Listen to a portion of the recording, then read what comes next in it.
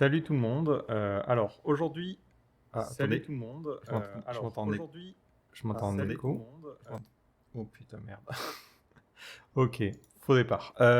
Donc du coup, aujourd'hui on va discuter un petit peu. Je me suis dit que ce serait intéressant de faire un live sur le travail en équipe et voir comment les entreprises font pour faire travailler plusieurs développeurs ensemble. Et on va discuter chacun euh, un petit peu de ce qu'on a pu connaître et comment les entreprises s'organisent. Donc pour l'instant, il y a Kila qui nous a rejoint.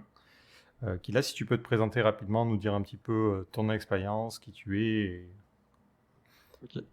Moi, c'est Kila. Ça fait depuis 2018 que je suis reconverti en développement web, même d'applications web récemment, on va dire. Initialement, je sors du domaine du réseau. J'étais plutôt dans le réseau opérateur.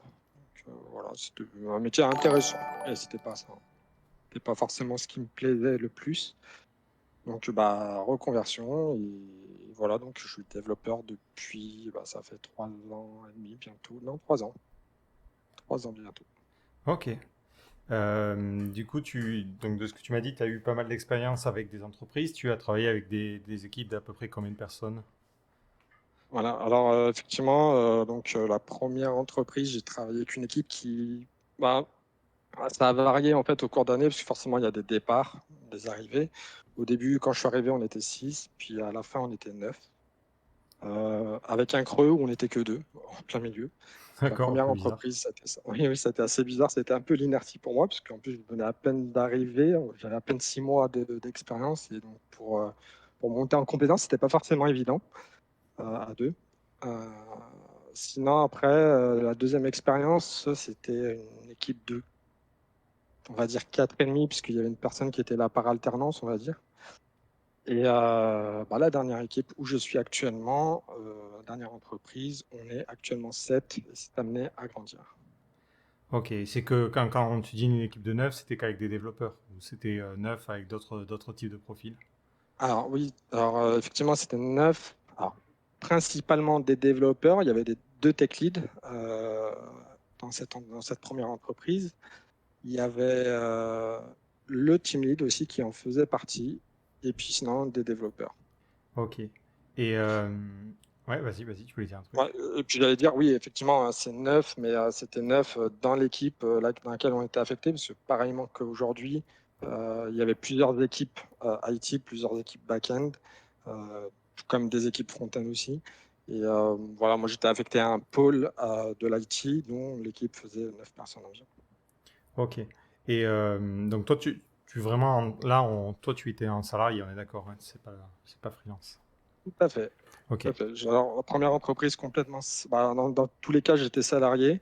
La première entreprise, c'était en client final directement. Donc, c'était plutôt sympa. Puis les deux autres entreprises, c'est en tant que consultant ESN. Ok. Donc juste, moi, je vais donner ma perspective aussi du travail en équipe, sachant que moi, ça va être plus une perspective en tant que freelance, donc externe qui rejoint une entreprise. Et ça a été moi sur des équipes plus petites on va dire 4 5 personnes si on prend le nombre de devs. Et après, l'équipe est un petit peu plus grande, mais moi, ma vision, c'était, vu que je communiquais avec les devs, c'était 5 6 personnes, quoi, grand max, si on compte le PO ou les choses comme ça. Euh, Moi, ce que j'ai vu, c'est en termes d'organisation, c'est. Alors, est-ce que toi, déjà, on t'a donné un nom? Moi, je sais que souvent, on parle de méthode Scrum ou méthode Agile. Est-ce que c'est les mêmes méthodes que toi, tu as pu expérimenter? Ou est-ce qu'on mettait déjà des noms aussi sur les stratégies de travail à plusieurs? Alors oui, nous, c'était effectivement ces noms-là, agilité en Scrum. Après, c'était ce qu'on appelle un Scrum en général adapté, puisque chaque entreprise l'adaptait un petit peu à sa façon, à son besoin. Donc, mais c'était le nom effectivement que j'ai retrouvé dans chacune des expériences. Donc c'est la seule que j'ai expérimentée jusqu'ici. Ok. Ouais, j'ai l'impression que c'est, pour ceux qui en ont pas entendu parler, Scrum, c'est un framework pour mettre en place Agile. Et un peu comme nous, les devs, on cherche des frameworks pour s'améliorer et qu'on est à peu près tous d'accord sur la structure MVC, j'ai l'impression que c'est le truc qui fait l'unanimité dans les boîtes, quoi. Voilà, c'est ça, c'est qu'effectivement c'est un framework. Alors je connais pas tous les frameworks, mais à chaque fois qu'on regarde un petit peu les entreprises, la plupart proposent du Scrum effectivement. J'ai l'impression en tout cas. Et est-ce que tu te sens d'aventure d'essayer d'expliquer un petit peu en quoi ça consiste ou... Je vais essayer. Après, c'est pas En forcément fait, à travers cet exercice, c'est voir justement ce que oui, j'en ai compris. ta version, comment Ok. tu l'as. Et comme ça, moi, je te dirais si ça a été différent dans mon expérience, quoi. Ok. Alors, dans chacune de ces entreprises, on a des rituels. Ces rituels peuvent varier d'une entreprise à une autre. Comme je disais, c'est une méthode qui était assez adaptée en fonction de l'entreprise. Mais on va avoir des rituels. Donc, les rituels du matin, les daily meetings, qui consistent à dire globalement ce sur quoi on a travaillé la veille, euh, les points de blocage, qu'est-ce qu'on a fait, qu'est-ce qu'on va faire aussi dans la journée. Ça permet à chacun de savoir, chacun, le, enfin, ça permet à chacun de savoir où en est l'autre en fait, où en est les autres. Et bon, ou si jamais il y a un point de blocage, ben, ça permet aussi de pouvoir tout de suite aller débloquer la situation après ce daily meeting. En général, il se fait sur 15 minutes. Enfin, ça, c'est la règle. Après, ça, des fois, ça dépasse un peu, des fois, c'est plus court. Ça dépend si on a beaucoup de choses à dire ou pas. Euh, Il y a aussi d'autres rituels. Il y avait le poker. Donc, le poker plan. Non, comment on dit ça? Est-ce que, juste entre-temps, est-ce que toi, Ouais. c'était décomposé en sprint, Oui, pardon, tout à fait. Hmm. C'était décomposé en sprint. Dans deux des expériences, c'était en deux sprints, en 2 semaines, des sprints D'accord. de 2 semaines.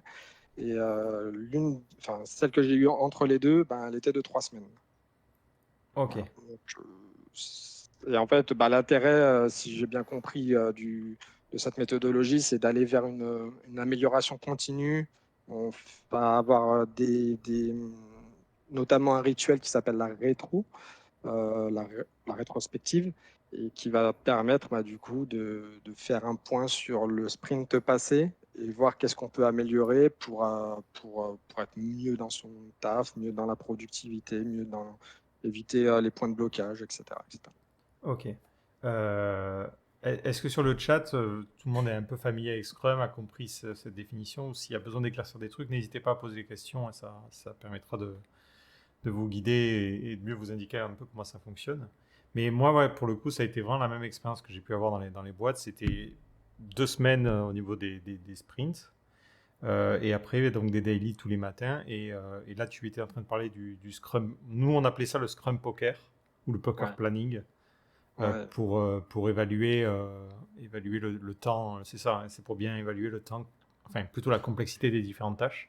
Est-ce que tu avais cette notion aussi moi, je sais qu'ils voulaient vraiment pas noter en fonction du temps, mais plutôt en fonction de la complexité. Alors, dans la première expérience, au tout début, on était vraiment en temps. Mhm. C'était vraiment du temps, du temps, du temps. Mais il y a d'autres équipes qui étaient en complexité, comme quoi, même à l'intérieur d'une même entreprise, c'était adapté dans l'équipe, en fait. Donc, on ne faisait pas forcément tous pareil. Et, en fait, on a fini par, dans cette première entreprise-là, on a fini par arriver à la complexité. Ça a été un peu difficile au début de s'adapter, mais après, ça portait son sens. Mais bon, voilà quoi. Enfin, Et juste par curiosité, toi en tant que dev, tu penses que c'est quoi le plus adapté? ok. Alors ça, c'est C'est une un peu bonne large. question. Mais C'est une enfin, bonne- ouais, je vais peut-être te donner ma perspective, mais en fait, j'ai l'impression que certaines fois, tu as des tâches qui sont simples. Mais par exemple, si c'est répétitif et que ça te prend des jours, c'est pas forcément représentatif. J'ai du mal à comprendre l'intérêt quand même, moi.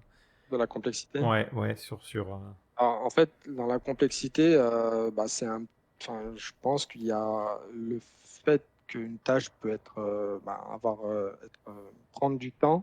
euh, Ça, c'est la longueur. Et après, je pense qu'il faut aussi prendre en compte le fait que bah, tu vas avoir aussi cette fameuse notion de complexité, en fait. L'effort à fournir, en fait. C'est pour ça qu'on a les points d'effort, enfin, on a de l'effort, plus le temps, et je crois que les deux réunis donnent une certaine complexité. Mais bon, ça, c'est ce que j'en ai compris. Peut-être que je l'ai mal compris, ceci étant. ouais, ouais. Euh, Bah oui, Enfin, moi, ça m'a toujours semblé bizarre, en fait, cette notion de complexité. C'est sûr que c'est pas. Enfin, moi, je sais que dans toutes les expériences qu'on a pu avoir, les Scrum Poker n'étaient vraiment pas évidents. Il y a certains trucs où c'est assez difficile de juger justement de la complexité, surtout sur une tâche que tu n'as pas forcément commencé. Ça reprend un peu la problématique qu'on a en freelance quand il faut évaluer son temps, quoi. Et bah, du coup, justement, si je peux me permettre d'embrayer sur ça, c'est que dans la première entreprise, dans la première expérience, on essayait d'y tenir, enfin, vu que c'était fait en temps, on essayait vraiment de tenir le délai, même si c'était un petit peu dépassé des fois ou des fois plus court, hein, parce qu'on était parfois un peu surchiffré. Mais par contre, en tant que complexité, c'est plus pour ce. Aujourd'hui, on est dans enfin, dans l'entreprise où je suis en tout cas, on est plus dans l'optique que c'est plus un chiffrage pour essayer de comprendre la tâche plutôt qu'un chiffrage on va juste mettre un numéro parce qu'on doit mettre le numéro. Le numéro, c'est juste pour vérifier que tout le monde a bien compris la tâche de la même manière et qu'on va dire, enfin, il n'aura pas forcément de difficulté à la reprendre derrière, en fait. D'accord. Mais en fait, voilà, aujourd'hui, si une tâche qui est notée 3 en point de complexité, si on l'a fait en réalité en une semaine parce qu'on s'est rendu compte que voilà, il y avait des problèmes dessus, bah, du coup, ça n'a pas d'importance aujourd'hui dans cette expérience-là. Oui, en fait, moi, c'est peut-être parce que côté PO, ce qui se passait, c'est qu'ils utilisaient le sprint devait avoir un certain nombre de points. Et donc, ils se basaient sur ce calcul-là. Alors, peut-être après, c'est mon expérience que j'ai pu avoir qui est pas forcément correcte, hein. C'est qu'ils C'est exactement la même expérience que j'ai eue effectivement dans la première où on avait effectivement en rétro-planning, parce que dans la rétro, en juste ensuite, on faisait le planning ensemble avec le PO. Et il y avait cette notion de OK, on a tant de temps alloué, comment on répartit, enfin, combien de tâches on peut prendre, etc. Enfin, je crois qu'il y avait une notion, il y avait un terme par rapport à ça. Je crois que c'est la vélocité. Ouais, c'est ça. Euh, ouais, et cette vélocité, du coup, voilà, en fait, il fallait essayer de la remplir pour qu'on prenne un maximum de tâches en sprint. Là, aujourd'hui, dans l'expérience où je suis, on a des tâches qui sont en chiffrage, elles passent en prêt à développer. Voilà, dès qu'elles sont chiffrées, on peut les prendre. Il n'y a pas de notion de combien de tâches on va embarquer dans un sprint, en fait. D'accord, ok. C'est plus à la fin, il va y avoir peut-être une rapide analyse de quels sont le nombre de tâches qu'on a fait par rapport au sprint dernier, quoi. Ça va plus être ça, en fait. Ok. Et aussi, est-ce que les daily meetings, toi, ils avaient une durée d'à peu près combien de temps? Ça, c'est toujours un peu l'Arlésienne, je trouve. Ouais, En ouais, théorie, c'est censé durer, je crois, une dizaine ou une quinzaine de minutes grand max par journée pour pas que tu passes ta journée à faire des daily, quoi. c'est ça. Euh, mais dans les faits, ça dépend beaucoup, je trouve. C'est tout à fait ça. On a eu des fois où ça a été vraiment. Enfin, en plus, quand on est dans une équipe de 9 personnes et qu'on a beaucoup de choses à dire, donc on dépassait très, très, très rapidement ce temps de 15 minutes réglementaire. Donc, souvent, on essayait de fixer. Donc, ça, c'est la première expérience. On essayait de fixer ce temps, donc comment on peut faire pour être le plus concis possible pour éviter de déborder. Euh, voilà, si on a un point d'alerte, si on a un problème, ben, on en parle juste après le daily meeting. C'était comme ça on arrivait petit à petit à tout faire rentrer dans le quart d'heure. Là, aujourd'hui, enfin, comme quoi, hein, c'est vraiment quelque chose qui varie d'une entreprise à une autre. Là, c'est complètement autre chose. Ce qui m'a un peu perturbé, parce que j'ai quand même fait la réflexion et on m'a dit oui, mais non, mais nous, on préfère échanger. Donc, en fait, même si ça dépasse un peu, c'est pas grave, on échange entre nous. On est dans le rapport humain et s'il faut échanger et durer un peu plus longtemps, c'est pas grave. Ça permet à tout le monde de pouvoir apporter sa bille, etc. Ok, ouais. Moi, ouais, sur ça, moi, ils étaient un peu plus stricts dans le sens où j'ai eu une boîte où ça a été vraiment un petit peu horrible, entre guillemets, dans le sens où ça durait beaucoup trop longtemps, mais en fait, tu perdais ta matinée parce que Ouais. tu te lèves, le temps que tout le monde arrive à setup correctement, le meeting, c'est un peu galère. Et puis, si ça dure une heure, bah, il est presque déjà 10h, 10h30, 11h. T'as pas le temps de commencer une tâche que c'est déjà midi, quoi. Euh, Voilà. et, et sur Voilà. d'autres, c'est plus en mode, bon, on discute, si jamais on a des problèmes, on se dit, ok, on se check, et après, on se refait un conf call entre les personnes intéressées si nécessaire, mais on bloque pas tout le monde, quoi, sur des équipes un peu plus grandes. Après, je pense que ça, c'est quand même enfin, une partie d'autonomie à avoir dans l'équipe. C'est-à-dire que même si on se laisse de la liberté, il faut enfin, nous, en tout cas, c'est le cas. Donc, ça, on a de la chance sur ça. C'est que si on voit qu'on commence à tarder, on se dit bon, bah, on en parle après, et puis on s'arrête là et on passe à autre chose. En fait, on a rarement dépassé les 20-25 minutes de meeting. Ouais, ça faut vraiment avoir une rigueur et pas hésiter à dire à un moment donné, bon, on verra plus tard, quoi.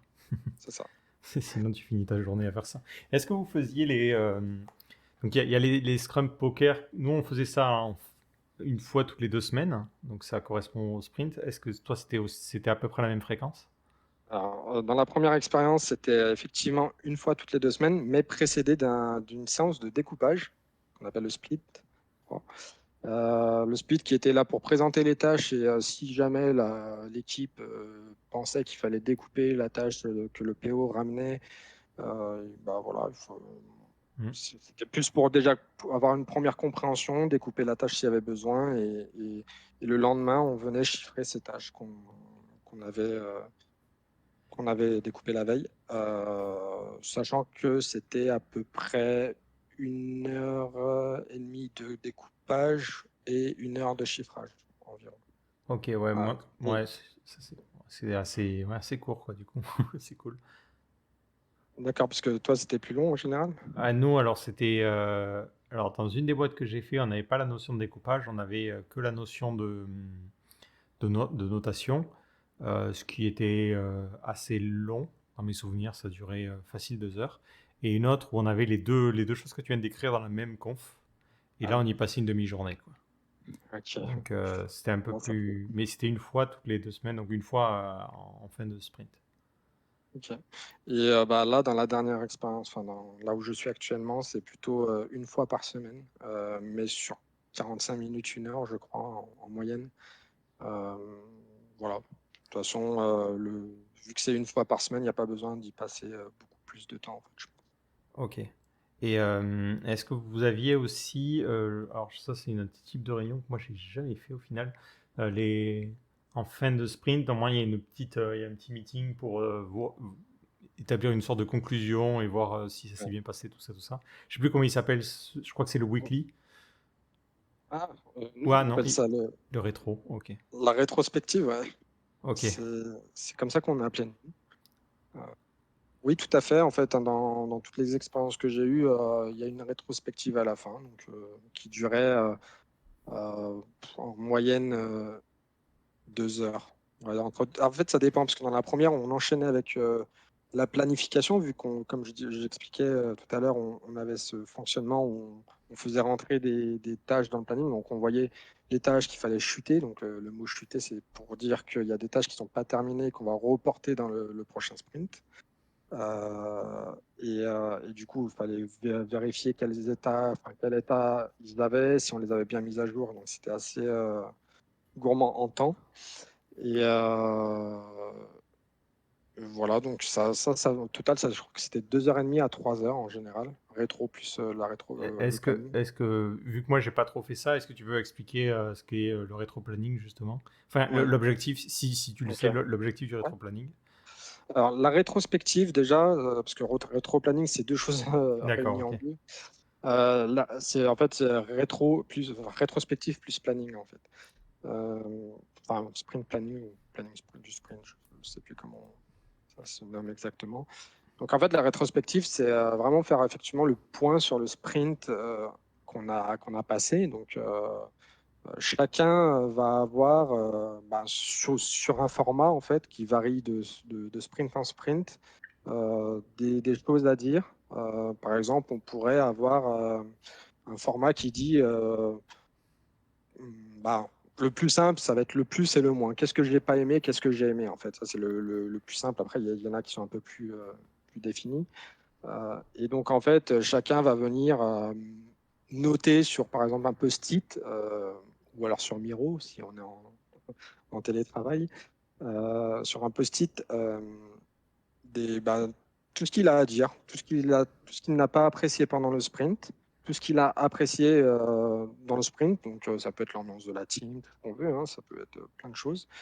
Et à tour, on vient déposer ces post-it et on explique un petit peu pourquoi on les dépose, qui permet de faire le tour de l'équipe, donc en toute transparence en général. Et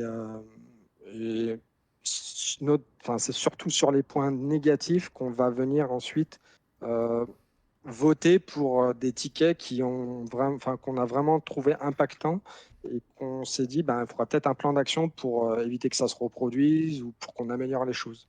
Donc ensuite, on va prendre ce ticket, puis on va mettre en place un plan d'action derrière, ce qui permet du coup la rétrospective d'aller vers une amélioration continue de l'équipe. Voilà, c'est le principe en tout cas.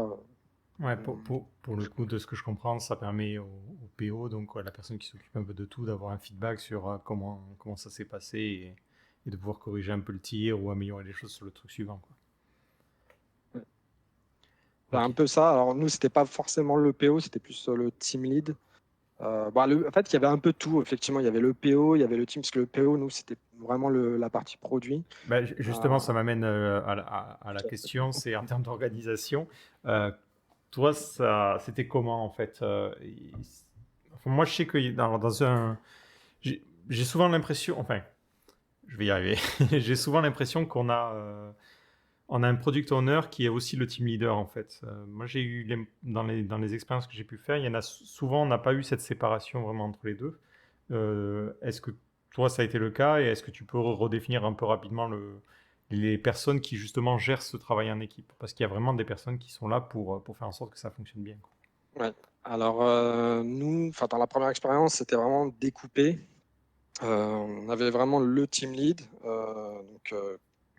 qui était là pour gérer un peu l'équipe, hein. C'est du management un petit peu. Mais enfin, voilà, en toute transparence, il n'y a pas de problème avec le team lead, on peut tout se dire. Et puis en face, on a le PO, donc le team lead, il est là pour la partie technique, on va dire. Et puis en face, on a le PO qui est là pour la partie produit, pour la partie business. Et lui vient rapporter ses tâches. Et ben, des fois, on voit qu'il y a des clashs entre PO et team lead. Enfin, j'ai déjà vu ça. Entre guillemets, un des clashs, hein, c'est des gentils clashs, mais des clashs quand même. Et voilà, donc le PO, lui, il va se rapprocher de la partie métier et récupérer en fait les besoins métiers ensuite, pour ensuite venir voir comment les apporter dans une roadmap et apporter du coup les tâches qu'il faut pour son développement. Ensuite, le team lead vient voir les faisabilités, comment on le fait, est-ce qu'on le fait, est-ce que c'est du quick and dirty ou pas, etc. Donc en général, il essaye de pousser pour que ce soit du propre, mais c'est pas toujours le cas. Euh, voilà, donc ça c'était dans la première expérience notamment. Dans l'équipe, ensuite, on avait aussi deux tech leads qui, eux, leur rôle était plutôt des rôles de guide de l'équipe. Donc, dès qu'on avait des questions, donc, que ce soit sur des règles métiers ou que ce soit sur l'architecture technique qu'il y avait en place, ben, c'est vers eux qu'on se rapprochait. Voilà, je crois que c'est tout. Oh. Après, il y avait des personnes un peu plus haut. Et C'est là, combat. ouais, Ouais, pardon. la personne qui était team lead dans la première expérience que tu décris, est-ce que c'était un développeur, c'est quelqu'un qui écrivait, qui participait au développement ou non? C'était vraiment quelqu'un qui était focus Alors, sur la gestion de l'équipe. ouais. Alors, initialement, il était plus là. Enfin, oui, en fait, il est là pour faire du développement, mais il en fait à 25%, j'ai envie de dire, parce que la plupart du temps, il est en réunion.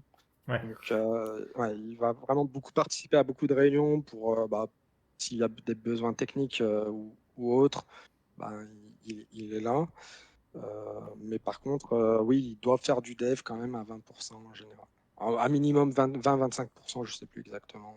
Il faisait un peu de dev. Ok, et justement, tu parlais de clash, alors c'est pas en mode, mais est-ce que tu as des exemples de cas où ça peut poser problème entre entre le côté technique et on va dire le côté PO? Juste peut-être Bah, pour repréciser quelque chose, pour ceux qui ne sont pas forcément trop familiers avec cette terminologie, le product owner, et tu me corriges, n'hésite pas à me couper si je dis des bêtises, mais le product owner, c'est la personne qui est proche, comme tu l'as dit, du produit. Donc par exemple, lui, il dit bah, je veux un système de compte utilisateur, mais il va pas forcément te préciser techniquement comment ça va fonctionner. C'est là où tu as plutôt la partie tech qui, lui, va pouvoir donner des indications techniques et split correctement ça en tickets si nécessaire. Mais tu peux avoir des tickets qui sont écrits directement par le product owner, hein, ce qui en général fait péter un peu un câble au niveau de l'équipe dev, des fois, vu comment c'est expliqué, quoi.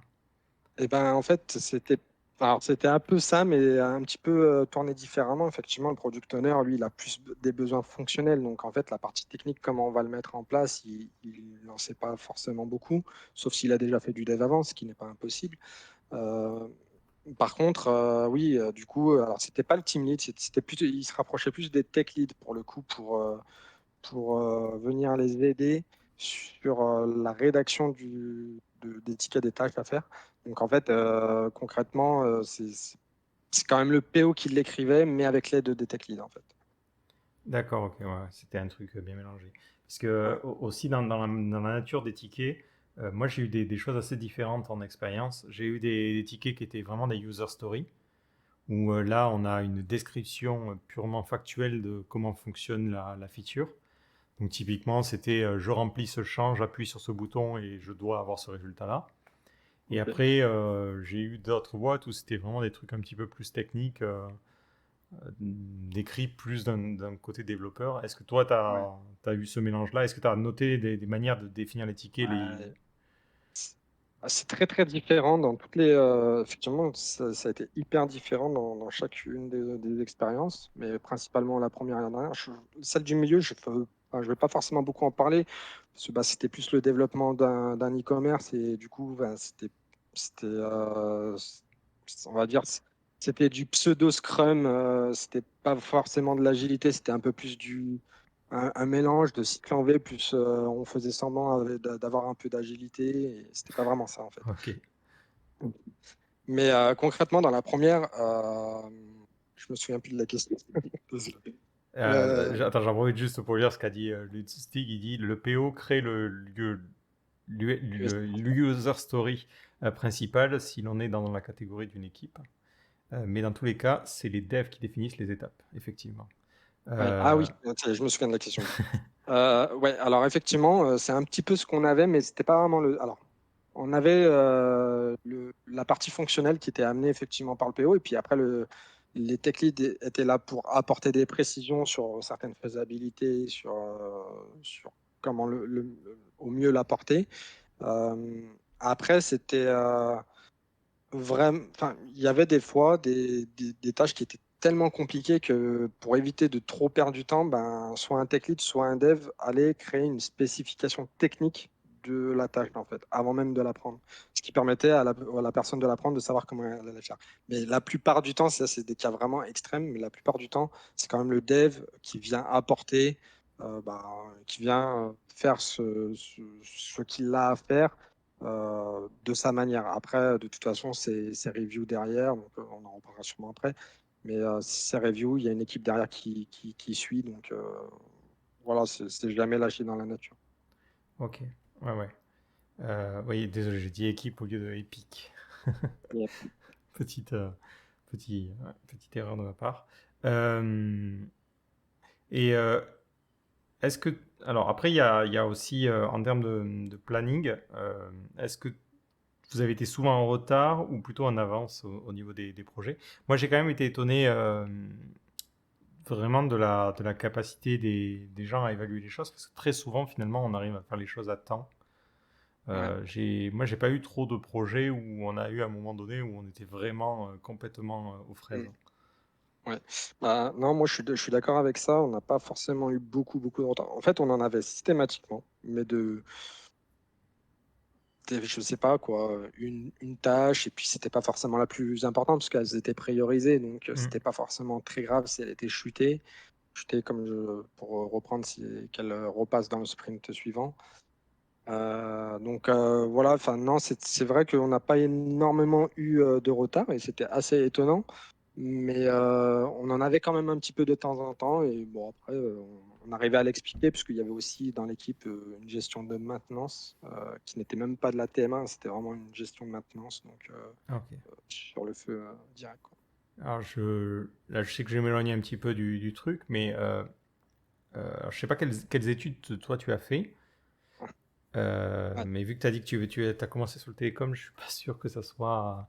Mais Ouais, je peux en parler, ça me dérange pas. en fait, moi j'ai eu l'impression que pendant mes études, quand on donnait du travail en équipe à faire, on n'avait pas justement de formation à cette organisation-là. Et finalement, les projets en équipe, qu'on soit étudiant ou un peu plus au niveau en études, ça a toujours été complètement random avec tout le monde qui essaie de faire les trucs comme il peut et c'était anarchique. Et ça donne pas forcément une très bonne idée de ce que va être le travail en équipe au moment d'intégrer vraiment une boîte où là tu as justement des personnes comme tu le dis, comme le product owner, le team leader et tout ça, qui sont chargés de ça et du coup ça se passe beaucoup mieux, quoi. Parce que Ouais. moi je sais que je me disais, oh là là, quand on va travailler en équipe ça va être un bordel pas possible. J'avais déjà des cauchemars de mes projets étudiants et finalement pas du tout, quoi. Bah, non, moi, j'ai pas. Bah oui, effectivement, comme j'ai pas forcément eu d'études sur ce sujet-là, parce voilà, moi, j'ai fait un BTS Iris concrètement, donc c'était à l'époque, ça s'appelait Iris, maintenant, je crois que c'est SEO. C'était du réseau industriel et un peu enfin, il y avait de la programmation, donc Ouais. du C, etc. Bon, c'était les bases, hein. Mais on n'avait pas de comment on gère, comment on allait travailler en équipe. Et puis, à cette époque-là, je crois qu'on c'était pas forcément très, très. Enfin, voilà, je ne vais pas mentir, hein, j'ai un peu plus de la trentaine. Donc, quand j'ai fait mes études, c'était pas encore trop dans les entreprises, Ouais. ce mode de fonctionnement. Donc, c'était pas forcément inculqué aux personnes de comment on va travailler, en S'il y a des gens d'ailleurs sur le chat qui peuvent donner leur expérience, moi c'est vrai que aussi je me suis arrêté, pareil, ça fait plus de 30 ans enfin ça fait, non ça fait pas plus de 30 ans, j'ai plus de 30 ans mais du coup ça fait plus de 20 ans que je suis sorti des études et vu que je me suis arrêté en licence pro, je sais pas, peut-être en master on t'apprend plus l'organisation, mais s'il y en a qui peuvent donner, est-ce que vous avez entendu parler d'Agile ou de Scrum pendant vos études ou ça a été plus au moment de rentrer en entreprise, ça pourrait être intéressant d'avoir ce ressenti à ce niveau-là. fait. Aussi au niveau du travail justement en équipe, est-ce que tu as eu, est-ce qu'il y avait une bonne cohésion? Alors je sais que certains m'ont dit, oui, moi j'ai eu des problèmes dans des équipes à gérer, soit des personnes qui faisaient galérer un peu tout le monde, soit des personnes qui ont un gros ego et qui prennent des tâches et peut-être après les font pas, ou ça s'est bien passé?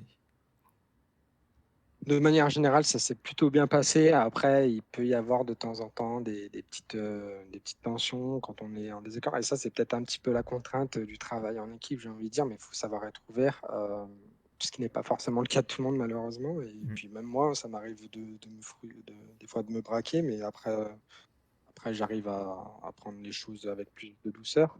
Mais concrètement, voilà, quand on discute d'un sujet, on ne peut pas satisfaire tout le monde. Tout le monde va avoir un avis, son avis. Donc, sauf si vraiment ça fait l'unanimité, c'est tant mieux. Mais si effectivement il y a des personnes qui ont un avis contraire et que pour eux ça doit être comme ça et pas autrement, bah, ça peut braquer des personnes des fois. Ouais, je dirais que là, Donc, c'est plus au-delà d'un problème de gestion d'équipe, c'est peut-être un problème de recrutement et c'est pas impossible aussi. ouais, de gestion. Moi, je sais que dans toutes les équipes avec lesquelles j'ai pu travailler, c'est très bien passé. On a eu quelques archétypes qui pouvaient poser problème. Moi, je dirais que les deux que j'ai eus, ça a été soit la personne qui est très introvertie et qui ose pas trop parler, en fait. Mm. Et c'est-à-dire J'ai vu ça. que pour le reste de l'équipe, tu sais pas si elle est en problématique ou pas et tu as du mal à suivre. Sachant que le principe du daily meeting, et on va parler ensuite aussi des merge requests et du code review, Mm. c'est que c'est important que toute l'équipe sache un petit peu sur quoi tout le monde travaille en fait. Et quand on a des personnes qui parlent pas trop, bah, c'est très très très dérangeant parce que on ne sait pas si elle rencontre des problèmes et souvent on réalise les problèmes qu'une fois qu'elle a fini les tâches, quoi. Et après l'autre cas, comme on disait, c'est quelqu'un qui pense qu'il a toujours raison, quoi. Ça c'est très difficile. Ouais. Et bah ouais, dans le travail en équipe, faut se dire que le but c'est pas d'avoir raison, le but c'est que le projet soit bien maintenable, on n'accumule pas de la dette technique. Mais je pense que quelqu'un qui a pas mal d'expérience, il le sait, il sait que en tant que dev, tu as souvent l'impression que tu as une bonne idée et puis au final tu réalises que c'est une idée de merde ou une mauvaise idée ou un truc pas bien. Donc, enfin, Voilà, c'est ça. C'est que moi, effectivement, enfin, en tant que reconverti, quand je suis arrivé dans l'équipe, au début, j'étais un peu pas frustré. Enfin, j'étais ouvert, mais même, enfin, on en reparlera aussi de la review, effectivement, mais j'aimais pas forcément j'avais du mal un petit peu avec les retours qui m'étaient faits, alors qu'en fait, c'était complètement pour mon bien, en fait, ces retours-là. Et enfin, avec un peu plus de temps, on les prend avec beaucoup plus de souplesse, ces retours. Euh, voilà, en fait, il faut mettre son ego de côté. On est dans une entreprise, on est là pour faire avancer le projet, effectivement. Donc, à partir de ce moment-là, c'est pas notre propre projet. Faut savoir prendre du recul sur tout ça, quoi, en fait. Ouais, et après, bon, le dernier archétype, c'est la personne qui rentre et qui veut tout refaire, quoi.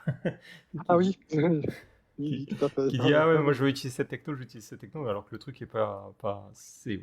Ça peut pas marcher, sauf s'il y a vraiment un moment où on fait une stratégie, on se pose pour savoir ce qu'on refait, mais il faut que tout le monde pousse dans la même direction, sinon on s'en sort pas. C'est comme dans un bateau, hein, si tout le monde rame dans un sens différent, c'est un peu galère de le faire avancer, quoi. Justement, ben, là on va parler, c'est un bon saut pour parler de la review. Alors moi je vais te décrire comment ça se passait dans mon cas, tu me diras si c'était un peu pareil pour toi. Mais normalement en fait chacun travaille sur sa branche, une branche nommée en fonction du ticket ou de la user story. Et quand on a fini de travailler, on soumet ça sur Git sous forme de merge request. Et là, une autre personne de l'équipe, la personne qui a du temps, fait de la review, met des commentaires. Donc si ça va, bah, elle dit OK, hop, ça part, ça merge. Et si ça va pas, elle laisse des commentaires et ensuite bah, tu reprends la MR jusqu'à ce que la personne soit satisfaite. Ouais. Alors, ouais, effectivement, il y a de ça, mais bien entendu, ça laisse aussi l'ouverture à la discussion. Donc, nous, c'était effectivement exactement comme ça. Donc, dans la première expérience, c'était GitLab, dans la deuxième, c'était GitHub. Donc, voilà, c'était deux remotes. Donc, PR, MR, c'est la même Mm. chose. Mais dans les deux cas, effectivement, euh, on va faire des retours. Dans la première expérience, on n'avait pas forcément besoin de plus d'une personne qui faisait la review. Ça suffisait qu'il y ait une personne. Là, dans la deuxième, vu qu'en fait, on est vraiment en déploiement continu et tous les devs ont accès à la mise en prod, donc on en reparlera peut-être après, je ne sais pas. Du coup, on demande quand même à ce que ce soit review par plus d'une personne, en fait, concrètement. Donc, en fait, on va avoir plusieurs retours. Et effectivement, on va traiter les retours qui sont là. Maintenant, s'il y a des retours qu'on estime soi-même pas forcément justes, c'est ouvert à discussion jusqu'à trouver la solution. Voilà, quoi. Ok, ouais, moi je trouve qu'on passait souvent avec une personne pour review, mais c'est vrai que quand il y avait une tâche qui était très particulière ou c'était un choix technique assez important, là on se disait bon, il faut que deux personnes valident pour qu'on soit sûr du truc, pour être vraiment satisfait, quoi. Ouais. Après, C'est ouais, je sais pas si ça pourrait être pertinent, peut-être dans des entreprises peut-être plus poussées, ils font ça en fonction de la complexité, peut-être un truc plus complexe mériterait d'être review par plus de personnes, je sais pas. tout à fait. Justement, en fait, dans l'une des rétros qu'on avait, d'ailleurs, je n'ai pas parlé, mais il y avait aussi une séance de brainstorming qu'on s'était mis en place dans cette première expérience. En fait, on avait discuté justement de mettre en place des reviews plus efficaces, parce qu'effectivement, si on attend que tout le monde review la tâche pour pouvoir la passer, à un moment donné, la tâche elle va forcément prendre du retard, parce que tout le monde n'a pas forcément le temps de passer à faire la review. Donc, euh, donc en fait, effectivement, c'est exactement ce que tu disais, c'est qu'on avait trouvé cette solution de se dire, on le fait vraiment sur des tâches un peu plus complexes, on demande vraiment de l'attention particulière avant le déploiement parce que ça pourrait avoir un plus gros impact que, je sais pas, un script de qui fait juste un petit insert Mhm. d'un statut, quoi, par exemple. Ouais, et c'est sur cette phase-là où justement, faut pas. Le but, c'est pas une comparaison d'ego, quoi. Le but, c'est pas de dire ah, je suis meilleur codeur, alors je te trouve des poux dans ton code, ou inversement, ah, on a critiqué mon code, alors je suis un mauvais dev. Ouais, Vraiment, il faut le voir comme c'est pour que le projet soit meilleur. Et aussi, des fois, moi je sais que bah, dans les phases de review, j'ai découvert des trucs que je savais pas, quoi. c'est exactement ça. Alors, autant quand je me faisais faire des reviews, enfin, quand on me faisait des reviews de mes tâches ou que moi je fais des reviews des autres, je vais voir des choses et je vais même laisser un petit commentaire en disant waouh, super le tips, quoi, c'est cool. Parce que des choses que je découvre en même temps. Et même dans des retours de review, c'est ce qui m'a un petit peu le plus formé dans ma première expérience. Je me suis tapé une folie de retours, notamment sur mes premières PR. Au début, ça touche l'ego, mais en fait, c'est vraiment ça qui peut aider à faire avancer aussi. Ouais, et ça permet aussi, quand tu vas faire ta MR, tu réfléchis en te disant, bon, je vérifie que j'ai bien fait les choses pour pas que les gens fassent de la review pour rien, quoi. C'est ça. Après, on a l'objectif d'avoir le moins de retours possible, quoi. C'est ça. Mais c'est parce que des fois, c'est vrai qu'on a. Si on est tout seul sur un projet, quand c'est un projet perso, on a tendance à se dire, bon, ça va. Mais quand c'est un travail en équipe, ben, la dette d'une personne s'accumule sur toute l'équipe, donc c'est vraiment problématique, quoi. Yep. Et Lustig, tu dis la review est une base absolue. Ouais, moi je suis d'accord. Moi, ça a été vraiment le truc que j'ai découvert avec le travail en équipe que je n'avais pas quand je travaillais tout seul sur des projets. Et je trouve que c'est une très très bonne manière à la fois d'apprendre et aussi en regardant le code des autres de mieux comprendre le projet. En fait, pour moi, cette phase-là, c'est vraiment le truc clé que j'aurais à retenir, même si ça coûte beaucoup en termes de temps. Je sais que c'est pas forcément le truc qu'on aime faire des fois. Surtout en fonction des outils, genre GitLab, j'ai trouvé ça. Le système de review de GitLab, je le trouve vraiment pourri. Ouais. Par rapport à GitHub où on peut dire ce fichier, c'est bon, je l'ai validé. Hop, le Oui, fichier tout à passe au fait. vert. Voilà, moi c'était ça Ah, qui me faisait péter ouais, un câble. ben, en fait, moi, ça m'a perturbé parce que j'ai commencé avec GitLab et puis quand je suis passé sur GitHub, moi, je pensais avoir fait mes reviews après mes commentaires. Et en fait, non, il fallait soumettre ensuite la totalité de ces reviews et ça, je ne savais pas. Du coup, j'avais fait une review qui était pas en validée, donc c'était un peu bizarre. Mais oui, c'est quand même plus sympa de pouvoir d'abord faire tous ces retours et puis ensuite de valider, parce qu'en plus, on peut avoir à vouloir revérifier si ce qu'on a dit est juste ou pas, en fait, parce que des fois, on va un peu vite et c'est pas mal de revérifier avant de Donc ça, lancer. l'outillage a son importance parce que bah, c'est un truc qu'on va faire souvent, donc si on perd du temps, c'est un peu chiant, quoi. Ouais. Alors il y a Raid qui veut rejoindre, alors je vais t'ajouter à la conversation. Hop, et salut. Salut. Merci pour cette conversation déjà intéressante. J'ai retrouvé plein de choses que je reconnaissais dans les choses dont vous parlez. Je voulais juste rajouter un autre concept que je trouve super intéressant à connaître, surtout peut-être pour les débutants qui n'ont pas vu ça, et qui est le concept des squads, des équipes. Donc, Kila tout à l'heure a parlé d'une équipe back-end, d'une équipe front-end et des équipes qui sont plus homogène techniquement, mais qui travaille sur l'intégralité du produit, une grosse partie du produit. Et je ne sais pas si vous connaissez déjà le concept des squads, mais c'est à peu près l'inverse.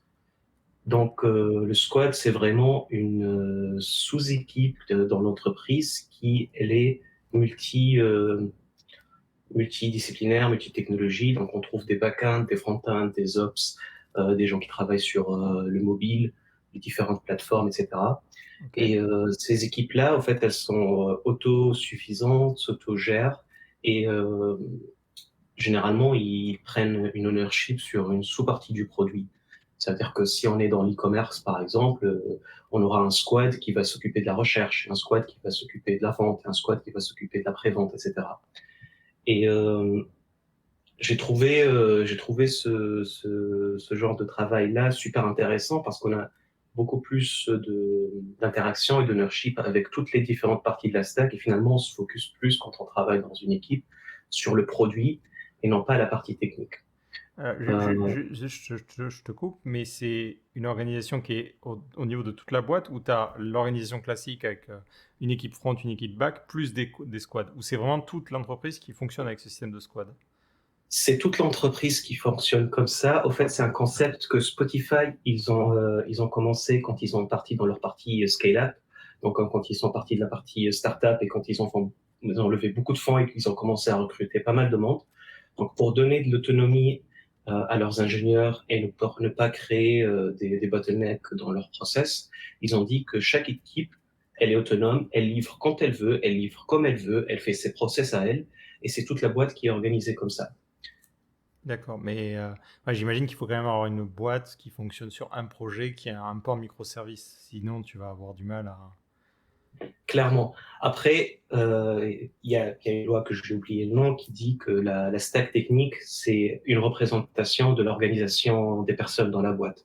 Donc, quand on est organisé d'une façon un peu micro, autogérée, auto-organisée, notre stack technique, ça va pas être un monolithe que tout le monde va coder sur les mêmes fonctions ou les mêmes fichiers tout le temps. Sinon, c'est pas gérable. Ouais, ouais, non, mais justement, c'est par rapport à d'autres boîtes où je sais que justement qu'ils ont cet aspect monolithique, ça peut être. Ou si c'est plus en mode agence, ça peut être un peu plus compliqué, j'imagine. Mais je connaissais pas du tout. Moi, en tout cas, j'ai jamais été. Apparemment, sur le chat, des gens connaissent, mais moi, j'ai jamais été confronté en freelance, en tout cas, à cette organisation, mais ça, c'est intéressant. Et au niveau du découpage, ça fonctionne aussi avec un peu des sprints, des trucs comme ça, ou c'est un truc complètement différent du coup? Alors, les squads, généralement, ils sont libres de choisir leur framework de gestion de projet. C'est-à-dire qu'ils peuvent être sur du Kanban, du Scrum, de ce qu'ils veulent. L'idée, c'est que le squad en lui-même, il trouve ce qui marche le mieux pour lui. Après, bien sûr, la boîte, elle a une vision, une approche qui est plus ou moins globale, qui va faire une influence sur ça. Mais l'idée, c'est que le squad, il décide ce qui marche le mieux. Ça remplace pas Scrum, mais c'est une méthode de plus diviser le produit et gérer le côté ownership du produit plus qu'autre chose. Ok, ok. Ouais, c'est intéressant. Merci pour la précision en tout cas. Parce que, Je t'en prie. Je le découvre aussi, merci. ouais, parce que forcément, quand on fait une discussion, on le fait par rapport à notre expérience et on n'a pas forcément une vision de toutes les possibilités. Et toi, Red, est-ce que vous l'avez mis en place dans votre boîte et sur quel type, si oui, sur quel type de projet tu travailles? Alors, la boîte, elle a eu une grosse refonte il y a à peu près 4 ou 5 ans. Avant, c'était un gros monolithe. Donc, les équipes, c'était ce qu'on a de plus standard. Une équipe back-end, une équipe front-end, une équipe mobile. Ils interagissaient pas trop entre eux. C'était une interaction qui se passe surtout sur des contrats. Ça veut dire que les ingénieurs back-end, ils vont développer un service, ils vont exposer un contrat et les autres, ils vont le consommer. Ça s'arrêtait là. Cette refonte qui était venue, c'est progressif. Donc mettre en place tout ce qui est microservices, mettre en place tout ce qui est outils de CI/CD dont vous avez parlé un petit peu plus tôt. L'idée derrière, c'est vraiment donner de l'autonomie à chaque équipe en fait, on peut considérer que chaque équipe, c'est une entreprise à l'intérieur de l'entreprise. Elle peut très bien vivre seule à l'intérieur de son monde. Après, bien sûr, il y a des passerelles entre les deux. Ok, mais si on reprend l'exemple de Spotify, tu as un product owner du coup par squad, parce que j'imagine que par exemple sur la Exactement. recherche, ok, par exemple la recherche, tu vas avoir un mec qui va. J'ai du mal à imaginer le gars qui s'occupe juste de la recherche, mais ouais, je vois ce que tu veux dire. Tu as un mec qui s'occupe des demandes et du fonctionnement de cette partie-là de l'application en particulier, quoi. Alors oui, un peu moins abstrait que Spotify, là où je suis actuellement. Ça vous dérange pas si je cite des noms? Non, non, bah, c'est à toi de voir. Donc là où je suis actuellement, c'est ricardo.ch, qui est un site d'e-commerce suisse. Ok. Et l'idée, quand on travaille en squad, c'est qu'on a une ownership sur une partie de ça. Donc, comme tu as dit, ça peut être la recherche. Il y a une équipe qui a un PM, un designer, un back, plusieurs backs parfois, plusieurs fronts, des développeurs mobiles, que ce soit iOS ou Android. Donc, l'équipe, elle peut livrer une feature sur toutes les applications, toutes les layers de la stack de la boîte, de A à Z. C'est le but. Ok. Parfois, ça arrive que des features qui sont un peu complexes, qui sont un peu plus éparpillées, nécessitent la collaboration entre deux équipes. Généralement, c'est l'équipe, il y a une équipe qui lead l'effort sur une feature. Et l'équipe, donc, elle a ce qu'on appelle les KPIs, les Key Performance Indicators, en gros les métriques qui disent on est en train de faire bien ou est-ce qu'on est en train de faire un petit peu de n'importe quoi. Et chaque équipe, selon son domaine à elle, elle peut avoir des métriques différentes. Par exemple, l'équipe qui s'occupe de la gestion de fraude, ben, elle veut que le nombre de fraudes il soit le minimum possible. Par contre, l'équipe qui s'occupe de l'après-vente, elle veut que les tickets de l'après-vente ils soient bien gérés, etc. Ok. Ouais, c'est assez particulier du coup, ouais, effectivement. Euh, pour rebondir un peu sur ça et puis rebondir aussi sur la discussion qu'on avait sur le côté review, au niveau du. Toi, tu as un rôle de développeur au sein de la squad que tu intègres ou. Exactement, je suis un front-end développeur. Principalement, on fait du React et du Node.js. Et donc l'idée, c'est qu'il y a un ou plusieurs front-end développeurs qui travaillent ensemble donc, dans l'équipe, et qu'il y a aussi d'autres back-end à côté qu'eux, ils travaillent ensemble sur leur microservice. Et ces interactions-là avant qu'il se faisait le back-end, il fait un contrat qui est exposé au front-end. Ben maintenant, toutes les parties dont vous avez parlé, les découpages, les rétros, les planifications, les pokers et tout, ça se fait au sein de l'équipe elle-même. Donc il y a une loop de feedback loop qui est beaucoup plus rapide et beaucoup plus courte. Mais par exemple, est-ce que tu as d'autres développeurs? Est-ce que toi, tu fais des MR avec de la review pour toi? Est-ce que quelqu'un review ton code, par exemple? Oui, oui, absolument. Donc, tout code qui passe en prod, il doit être reviewé selon les applications, selon leur degré, est-ce qu'elles sont critiques ou pas critiques. Une ou plusieurs personnes doivent reviewer le code. Après, comme vous pouvez imaginer, on peut pas travailler tout seul, isolé dans son coin, à 100% dans son squad. La- le résultat sera que un squad va choisir de travailler avec du React, l'autre il va choisir de travailler avec du Vue, l'autre il va choisir de travailler avec du Svelte. C'est pas l'idée. Donc il y a une force qui est horizontale et qui est plus au niveau de toute la boîte, qui s'appelle les guildes. Donc un guild, c'est un, un groupe transversal qui gère les stacks technologiques. Donc, il y a les guildes des front-end, il y a les guildes des back-end, il y a les guildes des bases de données, il y a les guildes des mobiles, etc. Et du coup, il y a deux parties d'efforts ou des merge requests et des reviews qui peuvent se faire.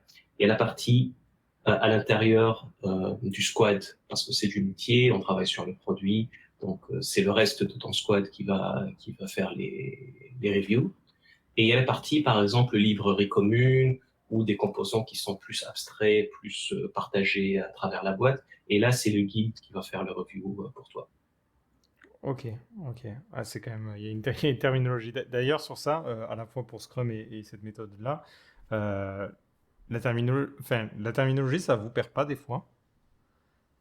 Parce que moi, je sais que souvent, entre les Scrum, le poker, le PO, le truc comme ça, je trouve que c'est assez rigolo qu'on emploie autant de termes anglais en fait pour définir des concepts Ouais. qui sont peut-être plus simples à décrire, quoi.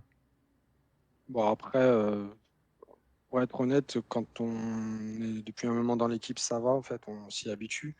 Mais c'est vrai que, bah, par exemple, on va parler d'un daily à un endroit, on va parler d'un meeting à l'autre, on va parler d'un autre terme pour la même chose finalement, en fait.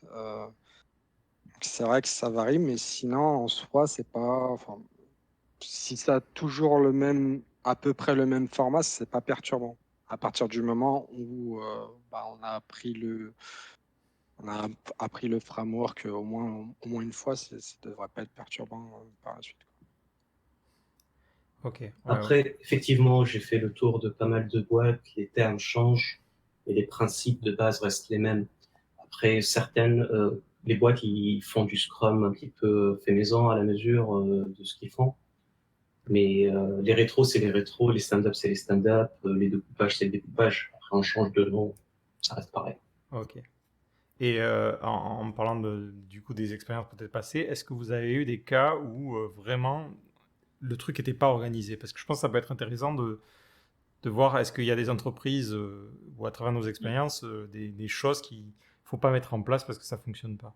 Parce que j'ai l'impression que beaucoup entendent parler du Scrum de manière générale avec certains concepts, essayer d'appliquer certains concepts sans comprendre la vision globale et du coup parfois ça donne des trucs qui n'ont pas de sens, quoi. Est-ce que vous avez eu des mauvaises expériences de travailler en équipe justement à ce niveau-là? Pour ma part, oui. Enfin, ça a été ma deuxième expérience en fait du milieu. Parce qu'en fait, concrètement, initialement, c'était une sorte de cycle en V où il y avait un chef de projet, non pas un PO, qui Est-ce que avait tu apporté. peux juste rapidement expliquer ce qu'est le cycle en V? Oui, alors le cycle en V, c'est un cycle classique où ben, en fait, on va apporter un cahier des charges avec des bouts très gros en fait, et on va juste dire, bah voilà, faut que tu développes ça. Donc après, à nous, en fait, ça va être sur le temps. Il va pas y avoir de sprint, il va pas y avoir de rotation, des itérations comme ça qui permettent de revenir sur ce qui n'a pas été. Et puis, il n'y a pas autant de découpage dans les tâches. En fait, les tâches sont un peu plus grosses. En soi, c'était pas déconnant compte tenu du projet sur lequel on était. Mais, euh, mais par contre, ils ont essayé de mixer ça avec des sprints, avec des stand-up. Et du coup, en fait, ça devenait incohérent. On avait plus l'impression de perdre du temps qu'autre chose. Ou soit on fait un truc complet, ou soit on le fait pas, en fait. Mais c'était un petit peu bizarre, en fait. Vraiment. Pareil, je pense que la pire expérience que j'ai eue en termes de gestion de projet, c'est une boîte qui disait qu'elle faisait du Scrum et de l'agilité, alors qu'en réalité, c'était du cycle en V ou même du waterfall en déguisé.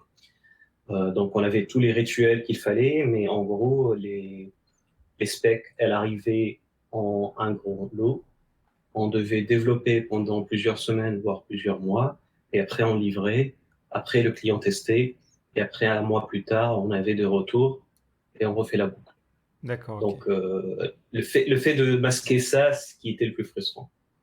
Ouais, c'est surtout moi, je te vois en tant que freelance, c'est quand tu me donnes une échéance très loin dans le temps, genre beaucoup de choses, et tu me dis il faut faire ça, et par exemple, on imagine un truc qui met 3 ou 4 mois, et toi, tu reçois toutes les tâches d'un coup, ça a l'air de correspondre à ce que vous décriviez par le cycle en V. T'as l'impression que tu vas pas en voir le bout, tu sais pas par quel sens prendre le truc. Le Scrum et le découpage apportent justement cette sécurité. Je trouve que tu fais une tâche qui a une portée limitée, et c'est quand même mieux aussi d'un point de Et vue motivation, quoi. alors, si je peux apporter ma touche de nuance sur ça, Vas-y, vas-y. c'est vrai. Et d'un autre côté, quand on est dans un domaine qui est tellement gros, quand on va faire une tâche, on ne sait pas forcément ce qu'elle va vraiment apporter globalement. En fait, on n'a pas une vision globale. Parce qu'en fait, on va vraiment travailler sur un petit bout. Et ce petit bout, peut-être qu'il va être repris ailleurs, ou etc. Mais on ne sait pas qu'est-ce que ça va faire concrètement qu'est-ce que ça va vraiment apporter. Alors, on sait ce que ça va apporter, nous, dans notre équipe, qu'est-ce que ça va apporter à ce niveau-là, mais d'un point de vue de l'entreprise, d'un point de vue fonctionnel derrière, qu'est-ce que ça apporte de plus? Ça, on a un peu moins cette vision globale sur les petites tâches, je trouve. Voilà.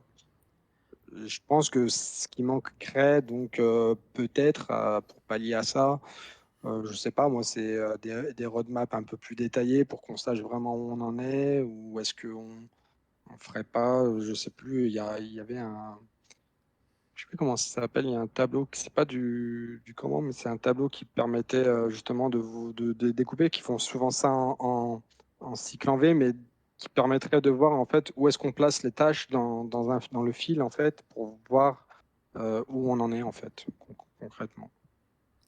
Ok, ouais. Ça rejoint un peu ça. Moi, c'était plus le côté, en fait, j'ai l'impression que le Scrum a été pensé avec les infos qui descendent.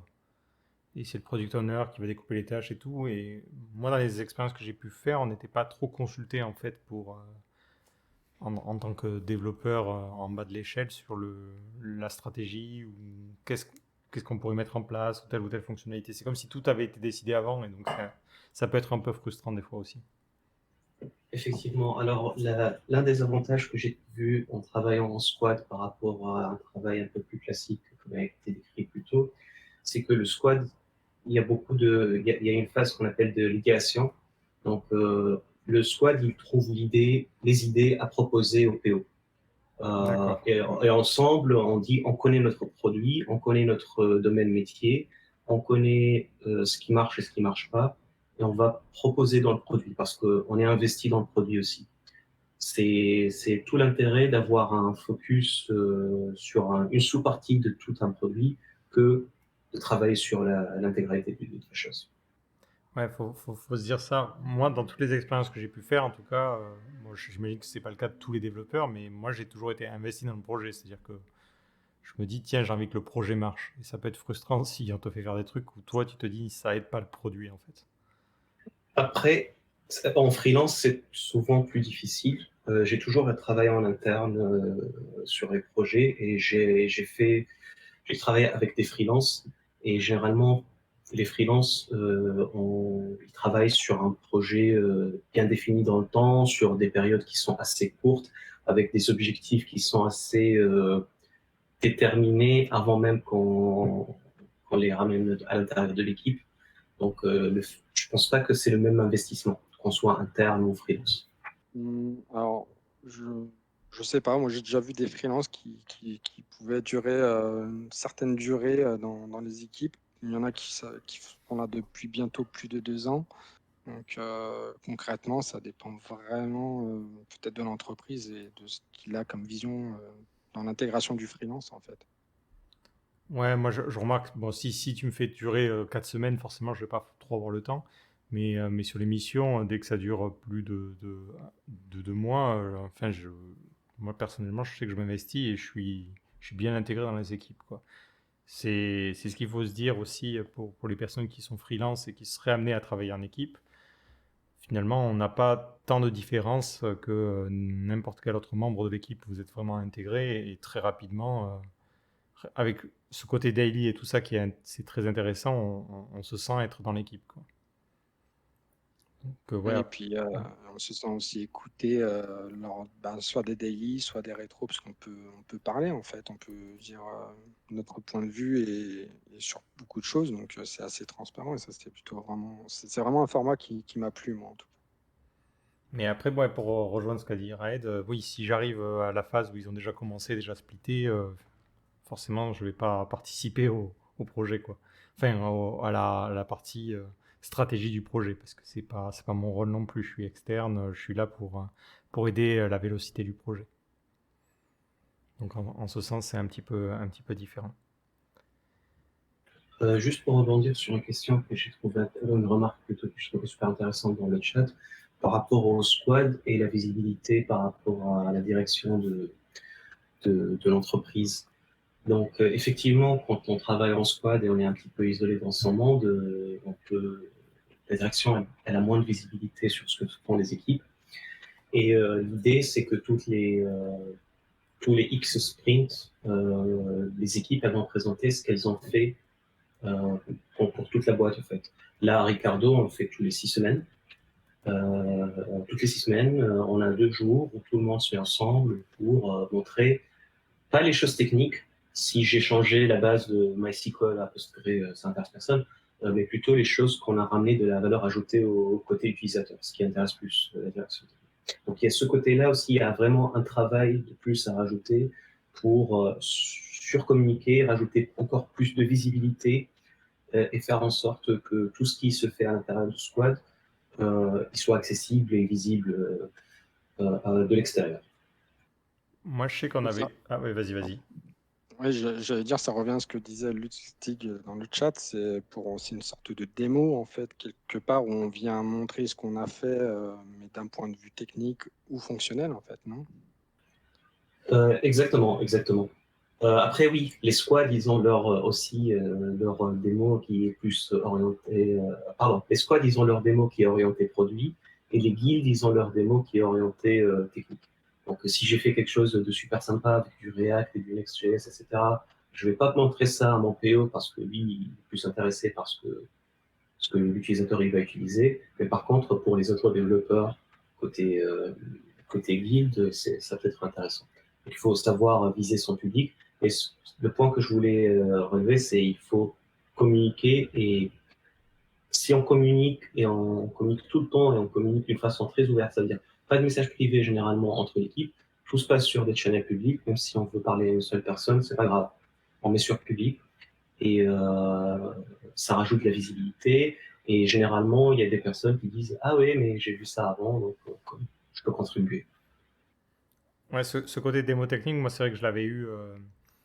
Quand on travaillait sur le front-end, on était l'équipe front-end, mais il y avait d'autres produits qui nécessitaient aussi du front-end, donc ils avaient une autre équipe front-end. Donc pour le coup, ça rejoint un peu ce concept de squad, mais un peu différent encore. Et on avait ces réunions où typiquement on avait créé un storybook avec React et tout ça pour présenter un petit peu les avancements qu'on a fait au niveau des composants, pour qu'eux ils soient au courant des composants qui étaient disponibles. Et de l'autre côté aussi pour montrer à l'équipe du design en leur disant bon, ben voilà les composants que vous nous avez fournis sur Sketch, voilà comment ils fonctionnent maintenant sur React, est-ce que vous y voyez des défauts, des choses comme ça. Donc il y a aussi ce côté-là, présentation et communication. Moi j'étais plutôt, en freelance, je faisais pas trop ces présentations-là, mais je sais que l'équipe les faisait et c'est important de se dire que même si on a cette séparation en équipe, il y a une communication inter-équipe qui doit avoir lieu, quoi. Ouais. Nous, on a ça aussi qu'une fois par sprint. Je crois que c'est 30 minutes d'allouer pour chaque équipe pour montrer un petit peu. Bah, sur la base du volontariat ce qu'il a mis en place, et ça permet que tout le monde soit au courant de ce sur quoi les autres travaillent. Donc il faut vraiment se dire ça. Pour moi, je trouve que le développement, quand on intègre une entreprise, et à condition effectivement qu'ils mettent bien en place les bonnes organisations, c'est pas juste être un bon dev en fait. Tu peux être un bon dev et être horrible en travaillant en équipe. Ah, absolument, et surtout quand on commence à gagner pardon, un petit peu plus en seniorité. Le côté dev, ça reste très important. Il y aura toujours de la place pour les gens qui sont des leads techniques, etc. Mais je pense que les soft skills, c'est-à-dire savoir gérer des réunions. Gérer des réunions, ça ne veut pas dire parler le plus ou parler le plus fort. Gérer des réunions, ça veut dire gérer le conflit, savoir résoudre les problématiques quand ça commence à venir avant que ça vienne, ce genre de choses. Donc. Et principalement communiquer avec des gens qui ne sont pas techniques forcément, ça veut dire des designers, des QA, des PM, ton CEO, je ne sais pas. Et donc le travail en équipe, pour moi, c'est pas juste bien coder, c'est peut-être le côté le moins important. On fait quand même un peu. Un petit peu quand même. Oui, mais oui, c'est un skill parmi les autres, quoi. Alors, après, ouais, je préfère clairement quelqu'un qui a un petit peu plus de mal à écrire du code et des algorithmes, mais qui va oser demander de l'aide et poser des questions, que quelqu'un qui va partir dans une mauvaise direction et qui va le dire à personne, quoi. J'ai vécu cette expérience dans ma première expérience notamment, où une personne ne posait jamais de questions, et puis quand elle est partie, elle a laissé son travail, et puis on a dû tout refaire, quoi, en fait, complètement.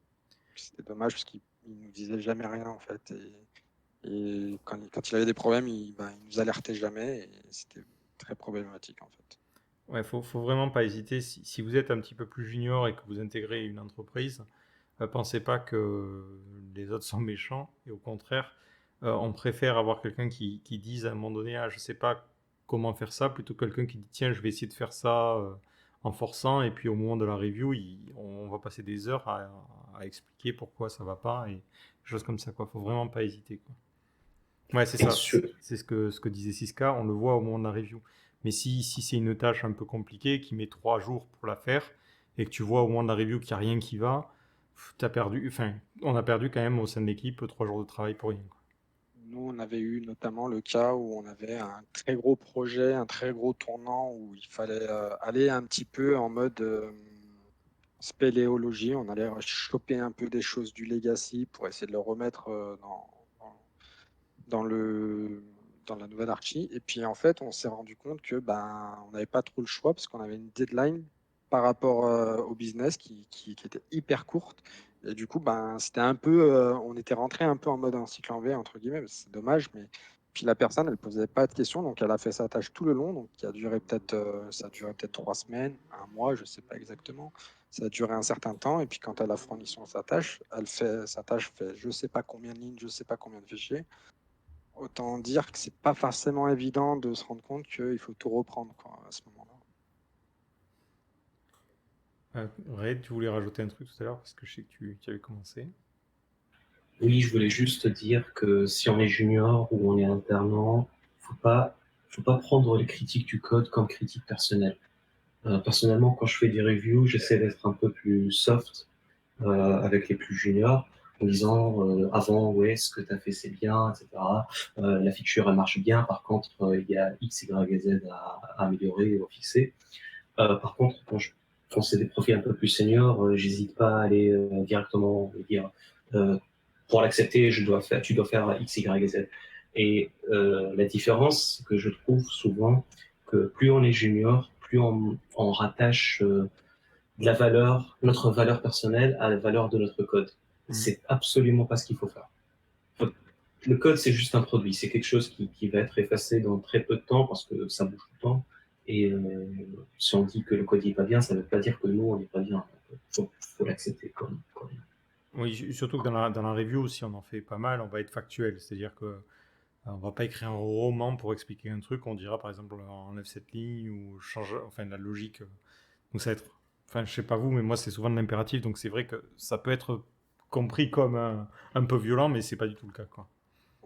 j'avoue que moi, au début, vu que j'aimais pas forcément me prendre des.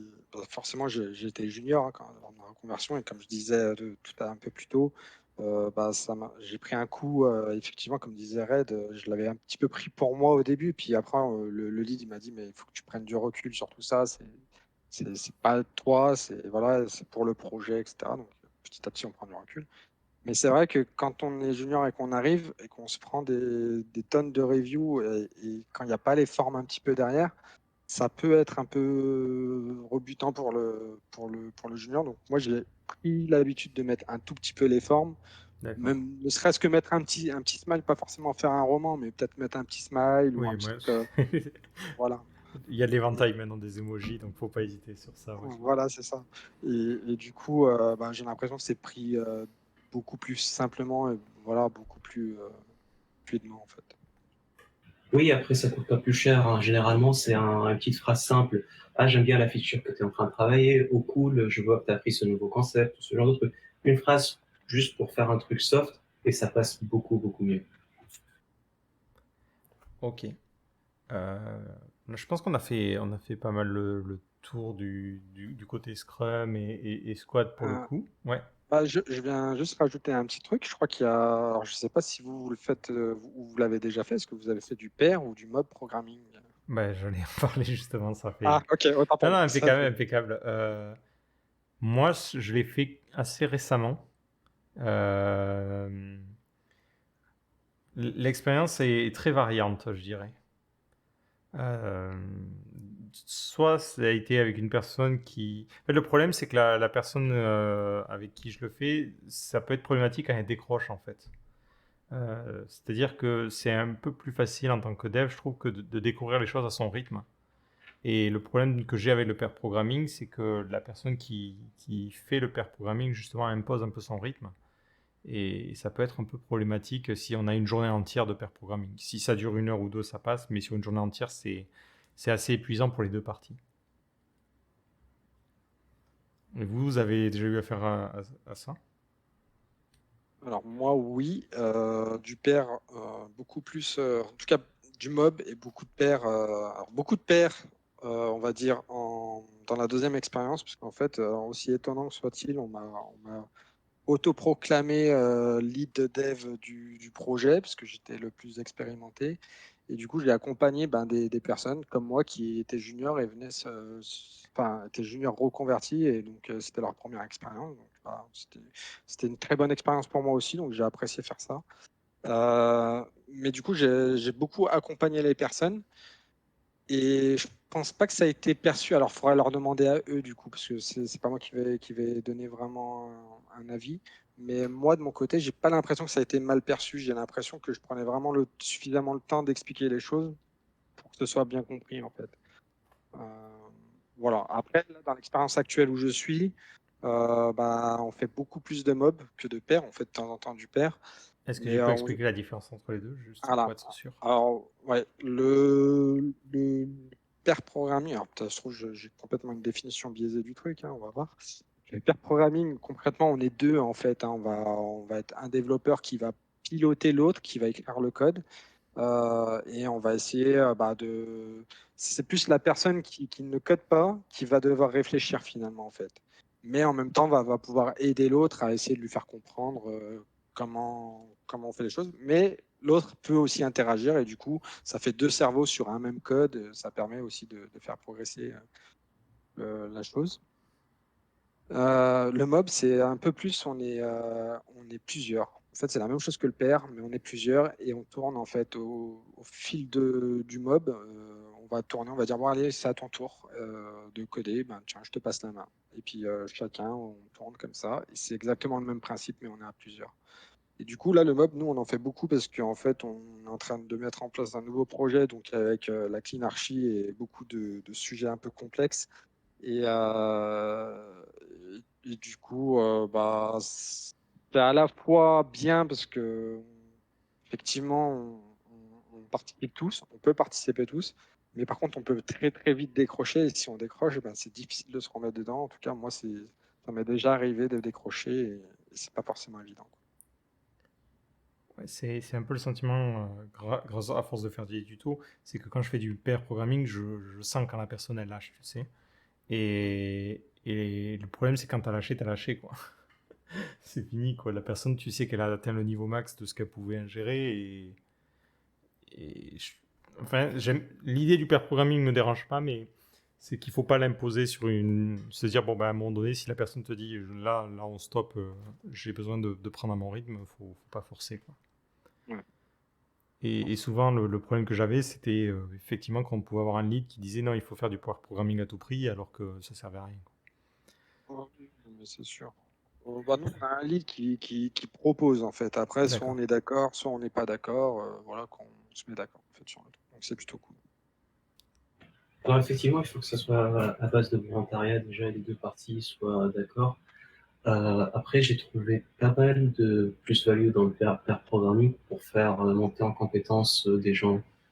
C'est-à-dire que moi, quand je travaille avec quelqu'un qui est beaucoup plus senior que moi, même si on fait pas quelque chose de hyper fou, juste en échangeant avec la personne avec qui on travaille pas forcément tous les jours, en parlant des trucs, même pas le code, même l'outillage qui est autour, le méta-programming autour, euh, ou en travaillant avec des juniors pour leur montrer un petit peu comment je travaille généralement, et je trouve ça c'est la plus-value.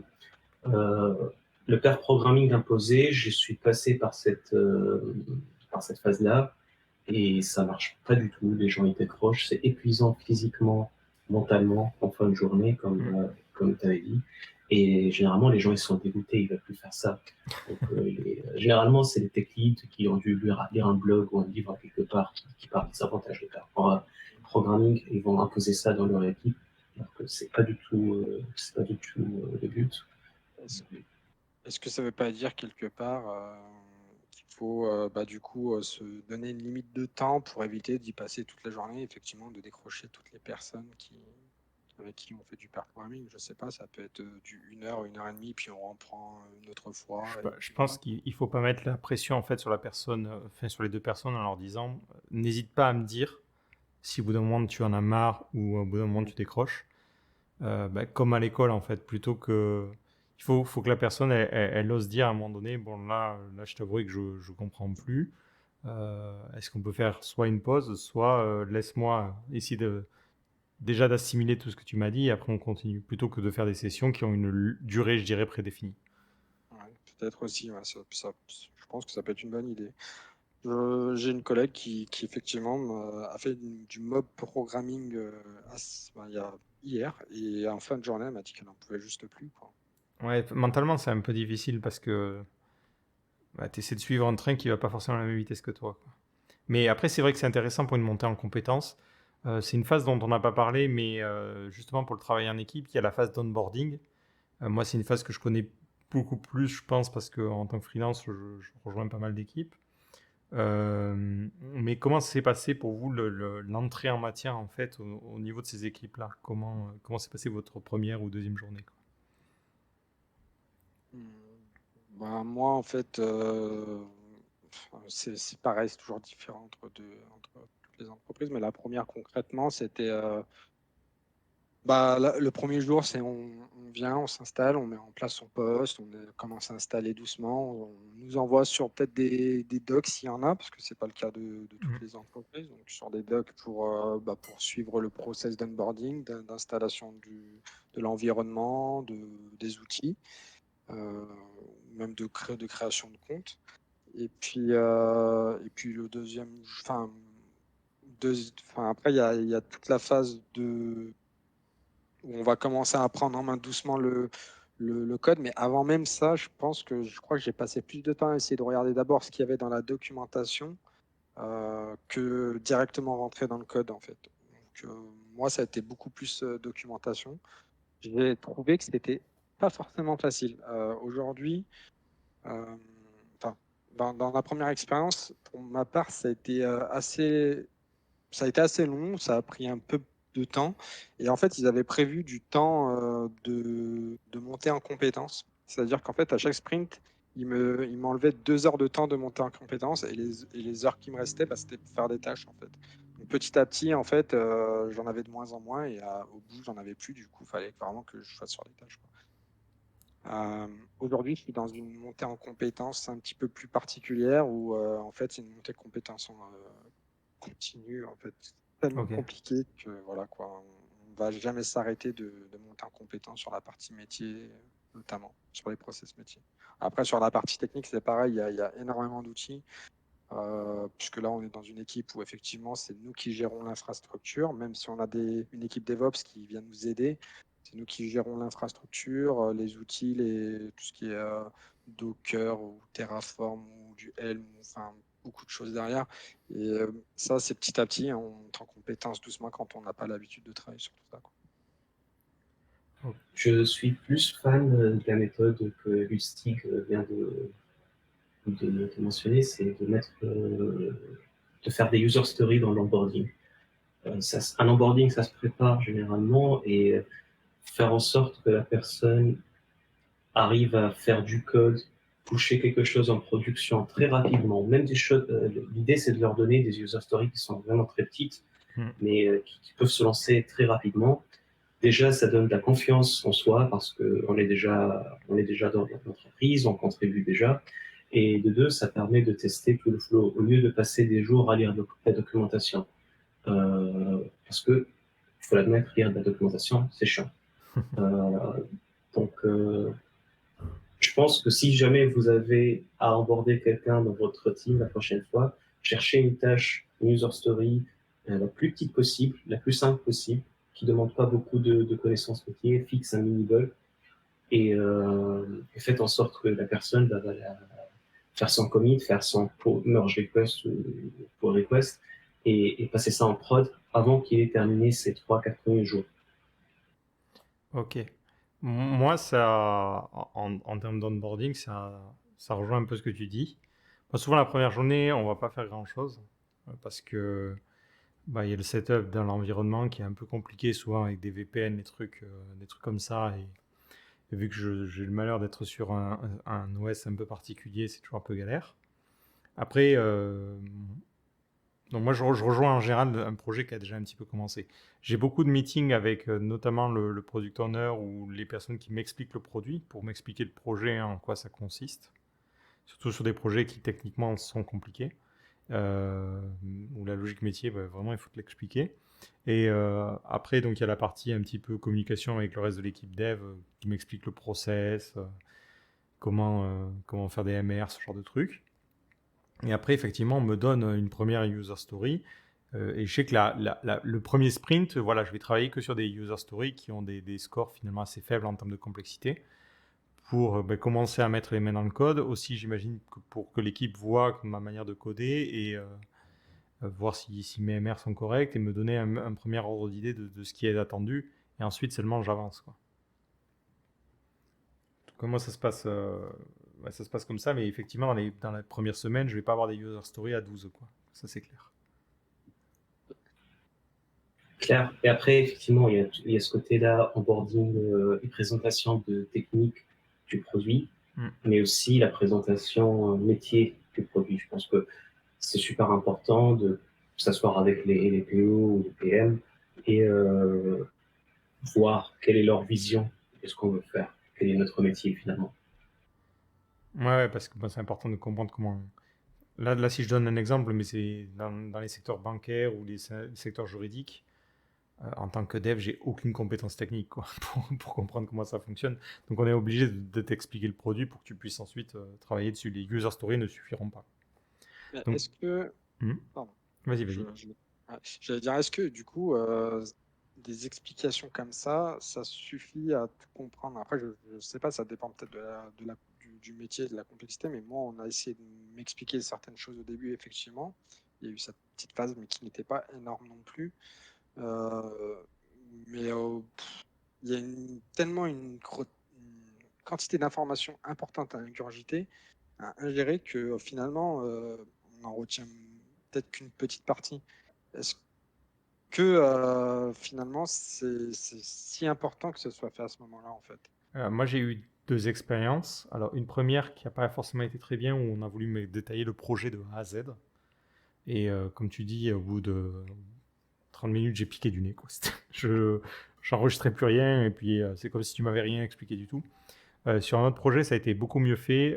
Ce qu'on a fait, c'est qu'on m'a donné une portée limitée, en fait. On m'a pas expliqué tout le projet, on m'a dit un peu globalement c'était quoi l'objectif, mais ensuite on s'est focalisé sur une fonctionnalité en particulier. Et là, pour le coup, moi, ça a été utile parce que... Mais c'était, comme je dis, dans le secteur bancaire et juridique, donc j'avais besoin de comprendre les concepts. J'aurais pas pu écrire de code si j'avais pas compris le fonctionnement, quoi. Donc pour moi, c'est nécessaire dans certaines situations. Après, dans d'autres, je dis pas. Si, par exemple, c'est un site, un clone de Le Bon Coin ou ce genre de truc, je pense que tu as compris le concept. Il n'y a pas forcément besoin de passer 2 heures à t'expliquer le produit. Mais si on te dit, tiens, on est en train de développer un truc d'envoi d'email et on est une stack un peu complexe, c'est quand même bien de savoir le produit, en quoi il consiste. Après, après, ça se fait sur 2 temps. Généralement, tu as la partie onboarding qui est vraiment une vue très haut niveau de comment se font les choses. Sinon, si on rentre dans les détails, on ne peut pas passer la journée. Déjà, réussir à retenir tous les noms le premier jour, c'est pas évident. Après, il y a la partie ramp-up qui prend beaucoup plus de temps. Et c'est exactement ce qu'il avait dit, c'est qu'on prend du temps de plus en plus pour s'habituer à la stack technique et au côté produit de la boîte. Personnellement, ça me prend généralement 6 mois minimum pour me sentir confortable dans une nouvelle boîte. Donc, stressez pas trop dessus, je pense, si dès les premières semaines, on ne se sent pas très, très intégré, c'est très normal. Excuse-moi, je pense que ouais, tu as complètement raison. Et puis, c'est un petit peu les retours que j'ai eus aussi. C'est qu'en général, selon le type de boîte, en tout cas, il faut se laisser bien 6 mois et des fois même un peu plus selon la complexité. Moi, j'ai des collègues, enfin, mes collègues actuels, quand je suis arrivé, ils m'ont clairement mis à l'aise en me disant t'inquiète pas, si tu comprends pas tout dès le début, moi, ça fait 2 ans et demi que je suis là et j'y comprends pas tout non plus. Donc, c'est pas très grave. Oui, Donc, ouais, ça dépend vraiment je pense, de la complexité du projet, effectivement. oui, mais clairement, faut se dire ça. N'ayez pas peur de vous dire le premier jour, ça va être l'horreur. On va attendre de moi que je sois super efficace et tout. Non, moi, en tout cas, dans toutes les expériences que j'ai pu avoir, ça s'est toujours super bien passé. Et franchement, il n'y a pas de quoi. Alors, la première fois, effectivement, ça fait un peu peur, mais au fil du temps, on s'y fait. Et concrètement, c'est très très simple d'intégrer une équipe et on parle un langage commun, entre guillemets, donc ça va. Après moi, je me souviendrai toujours du premier jour où j'ai fait tomber la prod pour la première fois. Ah, j'étais hyper inquiet parce que je pensais avoir fait quelque chose impardonnable. Et à ma grande surprise, toute l'équipe me dit ouais, bienvenue au club, tout le monde l'a fait. Maintenant, tu fais partie de l'équipe. C'est ça. Après, c'est chaud que tu aies les permissions de le faire. Normalement, t'es pas censé pouvoir faire tomber la prod. Enfin, nous, chez nous, t'as pas le droit de publier sur Master. Il n'y a qu'une personne qui a ces droits-là, quoi. Bah, Ah non, non, justement, non, j'ai pas tombé la prod comme ça. C'était un petit peu plus acrobatique que ça. Mais bon, on prend pas dans les détails. Ok. justement, je voulais en parler de ça. C'est que moi, dans ma première expérience, c'est pareil. Il n'y avait que 2 personnes qui avaient été autorisées à faire la mise en production, à merger sur master et tout mettre en production. Là, aujourd'hui, c'est vraiment le dev qui va jusqu'au bout, en fait, là où je suis. Et pareil, moi, ça m'est arrivé au bout de 2 mois, j'ai fait une petite mise en prod, mais j'ai réagi assez rapidement. Donc, enfin, déjà, ils m'ont dit c'est pas très grave, ils sont plutôt du côté rassurant. Mais même, ils se sont dit, enfin, vu que j'ai réagi assez rapidement, j'avais même mon monitoring à côté, je vérifiais et je leur ai demandé si c'était normal que ça se passait comme ça, qu'il y avait un comportement étrange. Ils m'ont dit non, j'ai réouvert tout de suite, j'ai fait tout ce qu'il fallait. Donc voilà, enfin, après, il n'y a pas forcément d'inquiétude. En général, ils ne le prennent pas trop mal.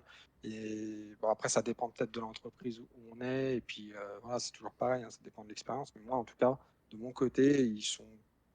Enfin, ils partent du principe que si on casse jamais rien, c'est qu'on fait rien non plus. Donc voilà, bon, c'est pas totalement vrai, mais en soi, voilà, faut relativiser, faut pas tout prendre sur soi, même si moi, j'avoue que j'étais stressé comme pas possible à ce moment-là.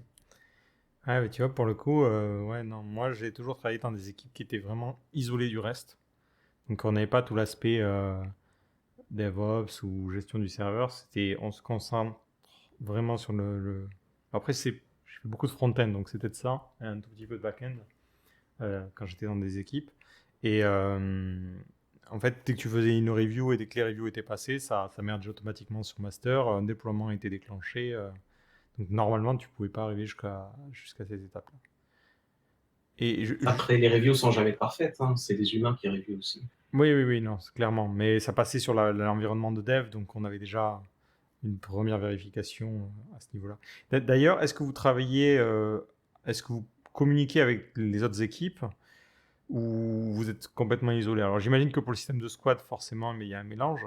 Mais pour Kila qui était plus en mode Scrum plus classique, comment ça se passe pour la partie, par exemple, déploiement ou la partie CI? Est-ce que c'est vous qui vous en occupez ou c'est une équipe dédiée? Alors, la CI, la CD, tout ça, c'est déjà mis en place par les DevOps. Enfin, en fait, non, même pas. C'est mis en place dans le projet par nous, mais selon des recommandations qui ont été faites par les DevOps. Donc, à chaque fois qu'on va créer un nouveau projet, on va se baser sur ce qui a déjà été fait, donc c'est pas très compliqué. Voilà. Pour la communication, en général, pour les déploiements, on a un Slack et puis on a un chat de déploiement et puis on s'annonce comme quoi on va déployer sur tel projet, parce que c'est du enfin, c'est du service. Non, ouais, c'est pas du microservice, c'est du service. Et du coup, on a à peu près une 120aine de services au total. Donc, on est obligé de s'annoncer et vérifier, bien entendu, qu'il n'y a pas une personne avant qui est dessus ou qui est en train de squatter justement, ce qu'on appelle squatter, ça veut dire c'est un peu compliqué comme terme. On va prendre la branche, on va prendre le service, on va se mettre dessus pour faire des tests.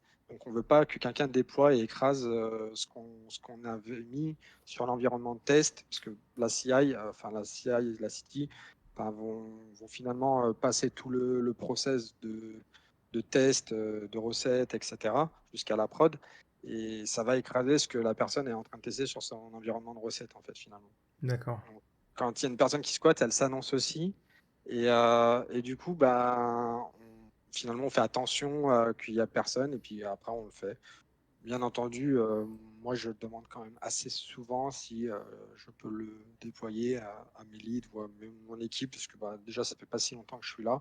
Et je veux pas faire trop de bêtises. Donc, en général, ça se passe plutôt bien.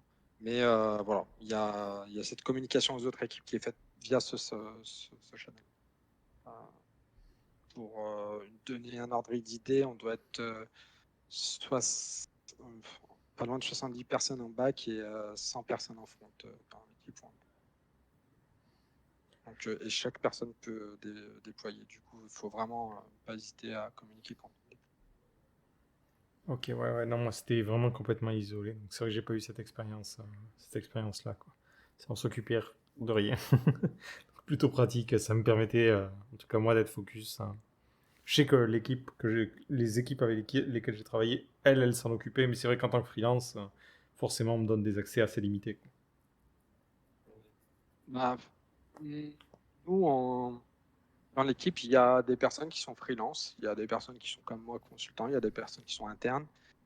Et tout, peu importe la personne, c'est la même enseigne en fait. Ils ne traitent pas un prestat, un externe autrement qu'un interne en fait.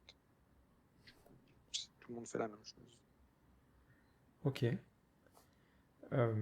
Est-ce que vous avez d'autres remarques à faire sur le côté équipe et aussi sur le chat, si vous avez des questions, c'est le moment. Si vous voulez poser des questions supplémentaires sur comment ça se passe ou des cas particuliers, n'hésitez pas. Je voulais juste faire une remarque, peut-être ramener quelque chose. C'est les stand-up asynchrones. C'est quelque chose qu'on est en train d'essayer récemment. Et l'idée, c'est que maintenant, tout le monde est en télétravail, tout le monde travaille chez lui. Donc, pas la peine de ramener les gens sur un Meet ou un Zoom ensemble pour parler des choses. Et utiliser plutôt Slack pour faire les stand-up. Comme ça, chacun il peut écrire ce qu'il avait fait, les bloqueurs, etc. et d'une façon totalement asynchrone. C'est une expérience intéressante. Est-ce que tu peux redécrire le principe du stand-up, en fait, l'objectif de cette réunion? Absolument. Donc, le stand-up, c'est aussi appelé daily en d'autres termes. Et l'idée, c'est que en début de journée, l'équipe, elle vient ensemble, elle va dire ce qu'elle a pu faire hier, ce qu'elle pense faire aujourd'hui, et le plus important, c'est si elle a des points qui bloquent. C'est-à-dire D'accord, que ok, ouais, moi, je travaille sur un composant. Pardon? ouais, c'est le daily en fait. Stand-up et daily, c'est la même chose. C'est la même chose, D'accord, ok, effectivement. ok. Donc c'est bon, tu peux continuer, du coup, désolé. Ouais, pardon. On voit souvent que ces mots-là, il y a plusieurs Tu vois, interchangeables. tu vois, quand je parlais de la terminologie, c'est ce genre de choses qui peuvent être Ah problématiques. ouais, c'est horrible. Et ça change de boîte en boîte, ce qui est Ouais, encore pas évident. Et du coup, maintenant, on le fait sur Slack. Chacun, on a un bot tous les jours qui va dropper un message sur le channel du squad. Il va dire qu'est-ce que vous avez fait aujourd'hui, et chacun il va dire donc les parties qu'il a fait. Et je trouve ça pas si mal que ça, parce que ça permet d'économiser le temps. C'est-à-dire que quand la taille de l'équipe elle commence à grandir, si on est en train d'écouter la moitié des personnes et on n'écoute pas ce qu'ils disent parce que ça ne nous intéresse pas forcément ou on sait déjà, le faire en asynchrone, ça peut être cool. Donc, dans vos boîtes, à réfléchir. Peut-être que ça peut marcher pour vous aussi. moi, tu vois, j'aurais tendance à être contre un peu.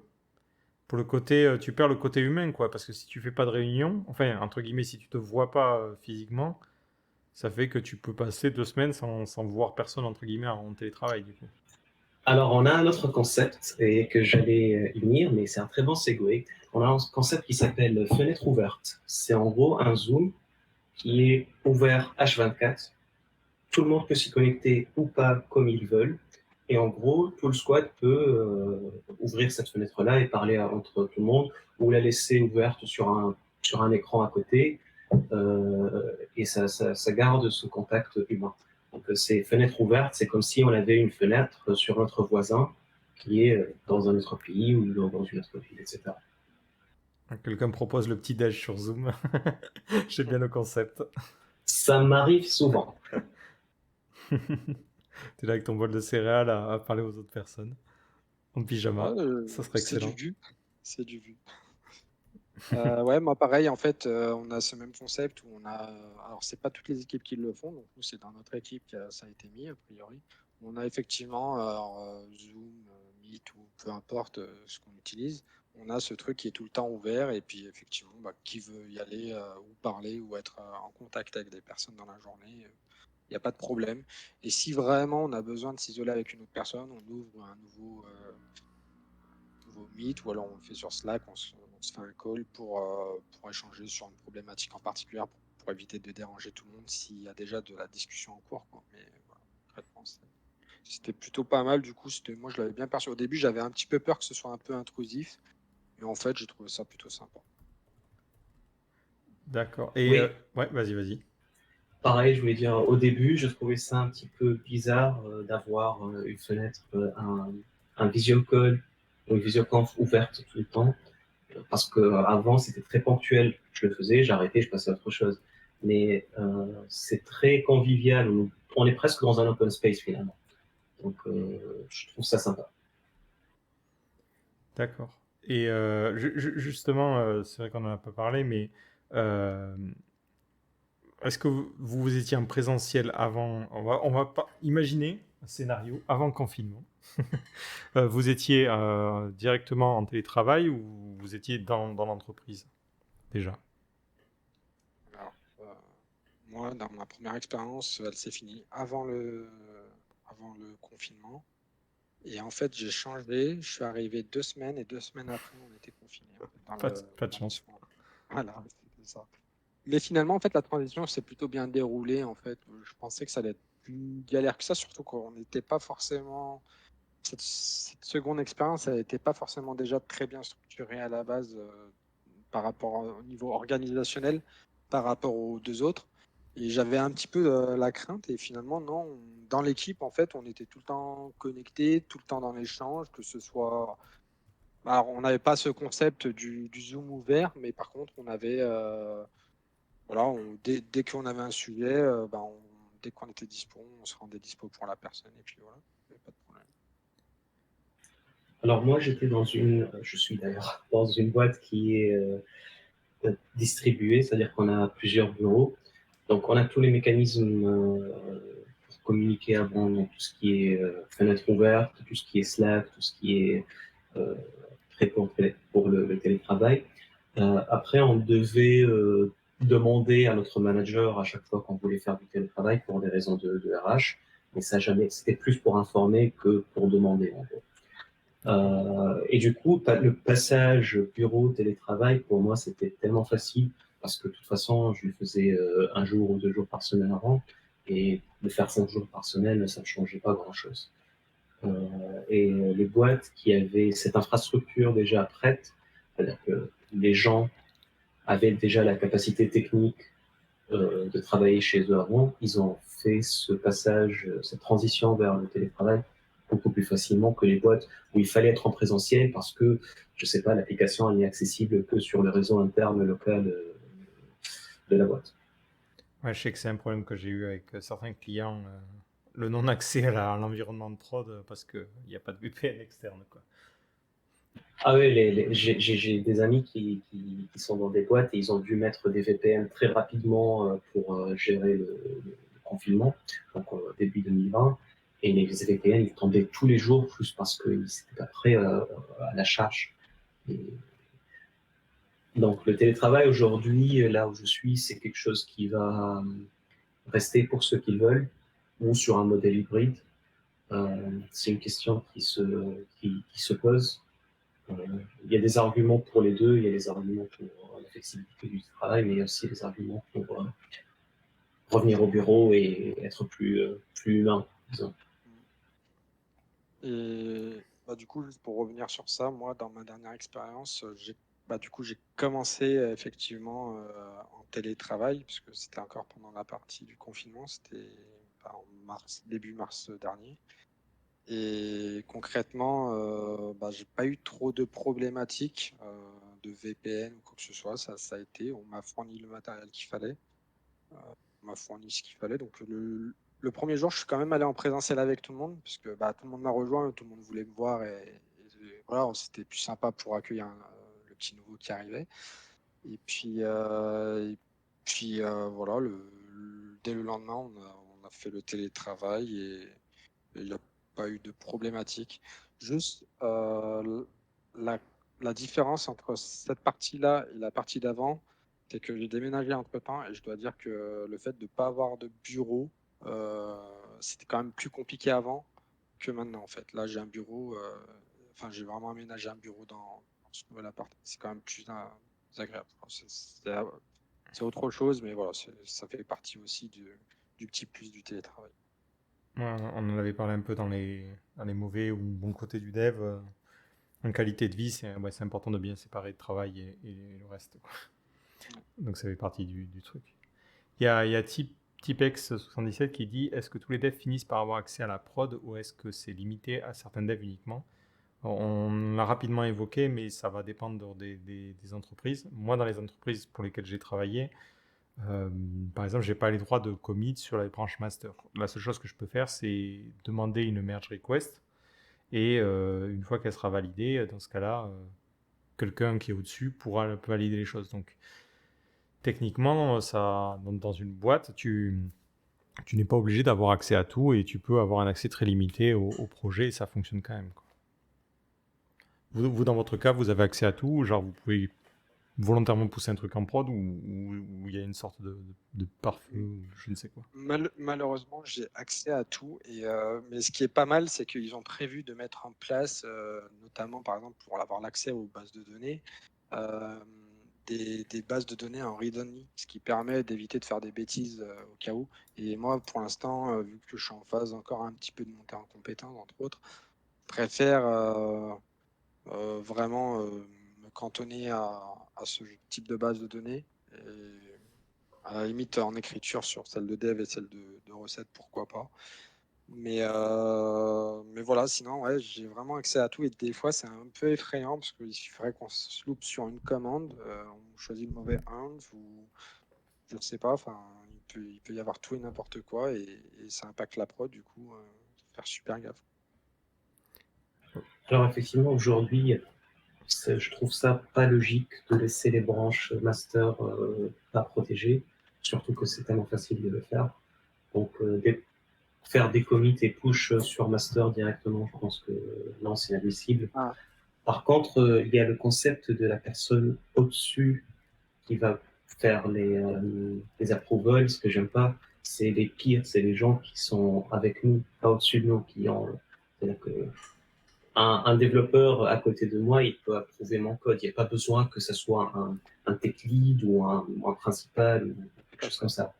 alors justement, bah ouais, je voulais, tu m'y fais penser. Effectivement, on a ce principe-là où quand on pousse une PR ou une MR, selon le terme, on ne peut pas forcément merger ces blockings tant qu'on n'a pas un minimum d'approval. Ça peut être un ou deux. C'est-à-dire qu'une personne qui a validé la review, qui a relu le code et qui a validé que le code était bon.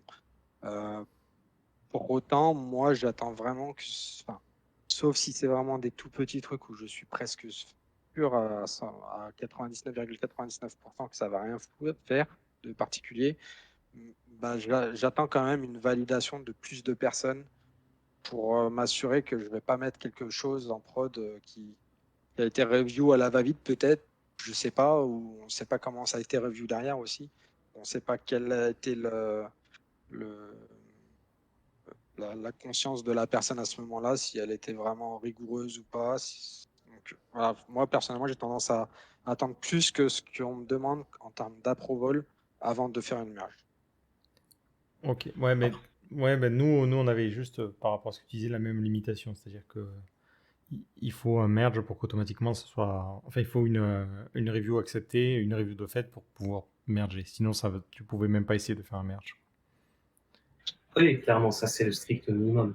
Après, il y a un autre côté dont on n'a pas parlé, c'est le côté infra.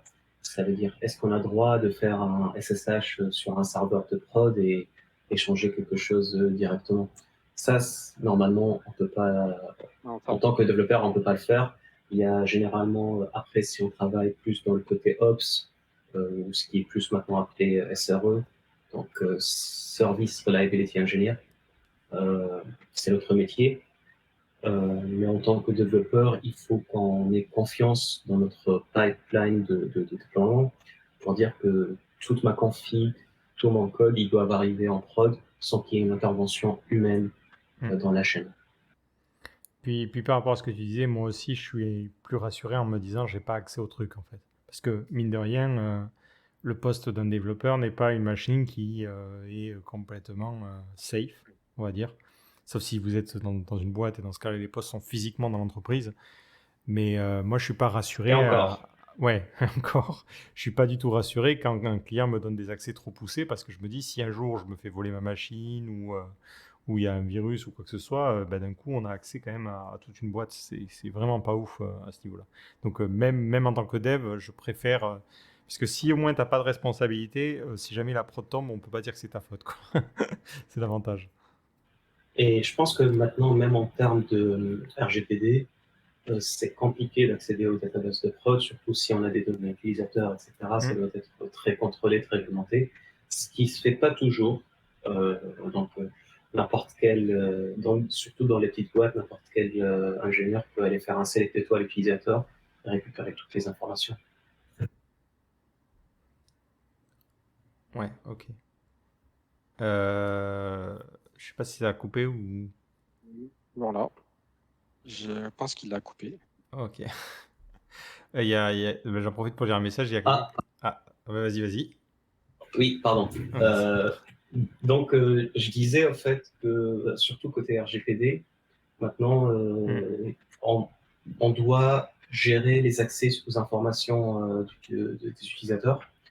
Et si n'importe quel ingénieur peut aller sur la database de prod et faire un select étoile utilisateur pour récupérer leurs adresses, leur numéro de téléphone et d'autres informations qui peuvent être critiques, c'est pas fou.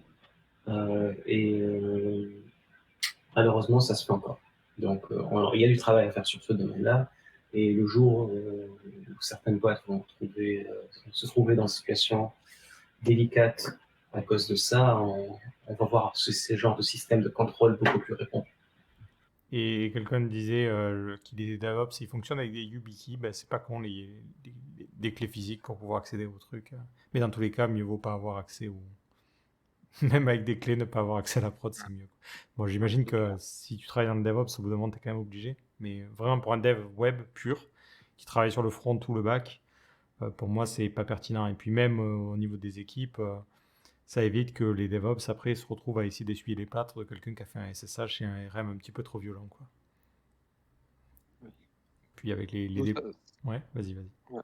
Non, j'allais dire, effectivement, nous, on n'a pas effectivement ces accès. En tout cas, tout le monde n'a pas les accès en SSH. Je crois qu'il y a juste une partie où les leads. Mais concrètement, effectivement, j'avais dit que j'avais accès à tout. J'avais pas pensé à cette partie-là. C'est pas vrai. Effectivement, j'ai pas accès à tout et tant mieux pour toutes les raisons que vous avez données. Oui, puis si on a du déploiement cloud, même avec ça, on n'a plus vraiment besoin du SSH, tout ça, quoi. Oui, aussi. Ok, ben je pense qu'on a fait le tour du sujet. Est-ce que vous voyez d'autres trucs à rajouter, vous de votre côté, ou peut-être des petites anecdotes ou des trucs, je sais pas. Si je peux faire une petite pub de fin, si c'est pas... parce que j'ai juste eu une question qui parle de junior. Donc, Allez-y, il y a pas de souci.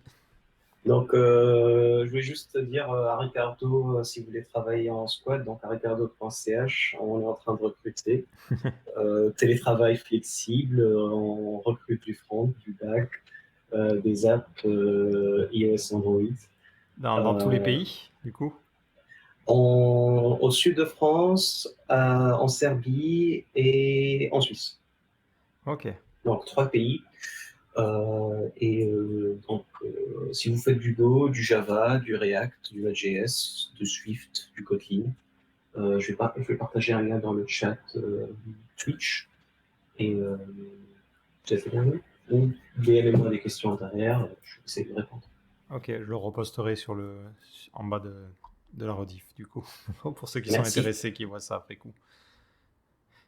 Et Kila, tu veux faire de la pub pour quelque chose ou... Non, pas spécialement, pas pour l'instant. J'ai pas de... Ok, Tu vas faire, si jamais vous cherchez un taf, enfin, je rigole, c'est pas vrai. En fait, je n'ai pas forcément besoin de faire de la pub parce que ils n'ont pas trop de mal à recruter, j'ai l'impression. Donc, vu que c'est un domaine qui est assez apprécié dans lequel on est, je vais en toucher un petit deux mots. Je travaille dans un domaine de plateforme streaming, en fait. C'est pas pour de l'illégal, hein, c'est vraiment du légal. C'est pour des trucs que vous connaissez. Je ne veux pas donner des noms, mais ça fait pas boum boum quand on démarre, c'est ça? c'est un peu ça. Et c'est un logo rouge et c'est un N. Par exemple. D'accord. Ok. Ok, ben en tout cas, merci à vous deux d'avoir participé. C'était super intéressant d'avoir votre retour et de voir aussi d'autres systèmes d'organisation. Merci à tous les gens qui ont suivi ce live. Pour info, le prochain live sera dans 2 semaines, donc même heure, et ça sera jeudi pas prochain, enfin pas jeudi prochain, mais jeudi prochain, et ça sera sur des changements de techno, donc est-ce que des gens qui ont décidé de changer de langage, un petit peu avoir leur ressenti, leur raison et tout ça. Donc d'ailleurs, si vous voulez participer, Kila et Red, faut pas hésiter. Ça marche. Volontiers.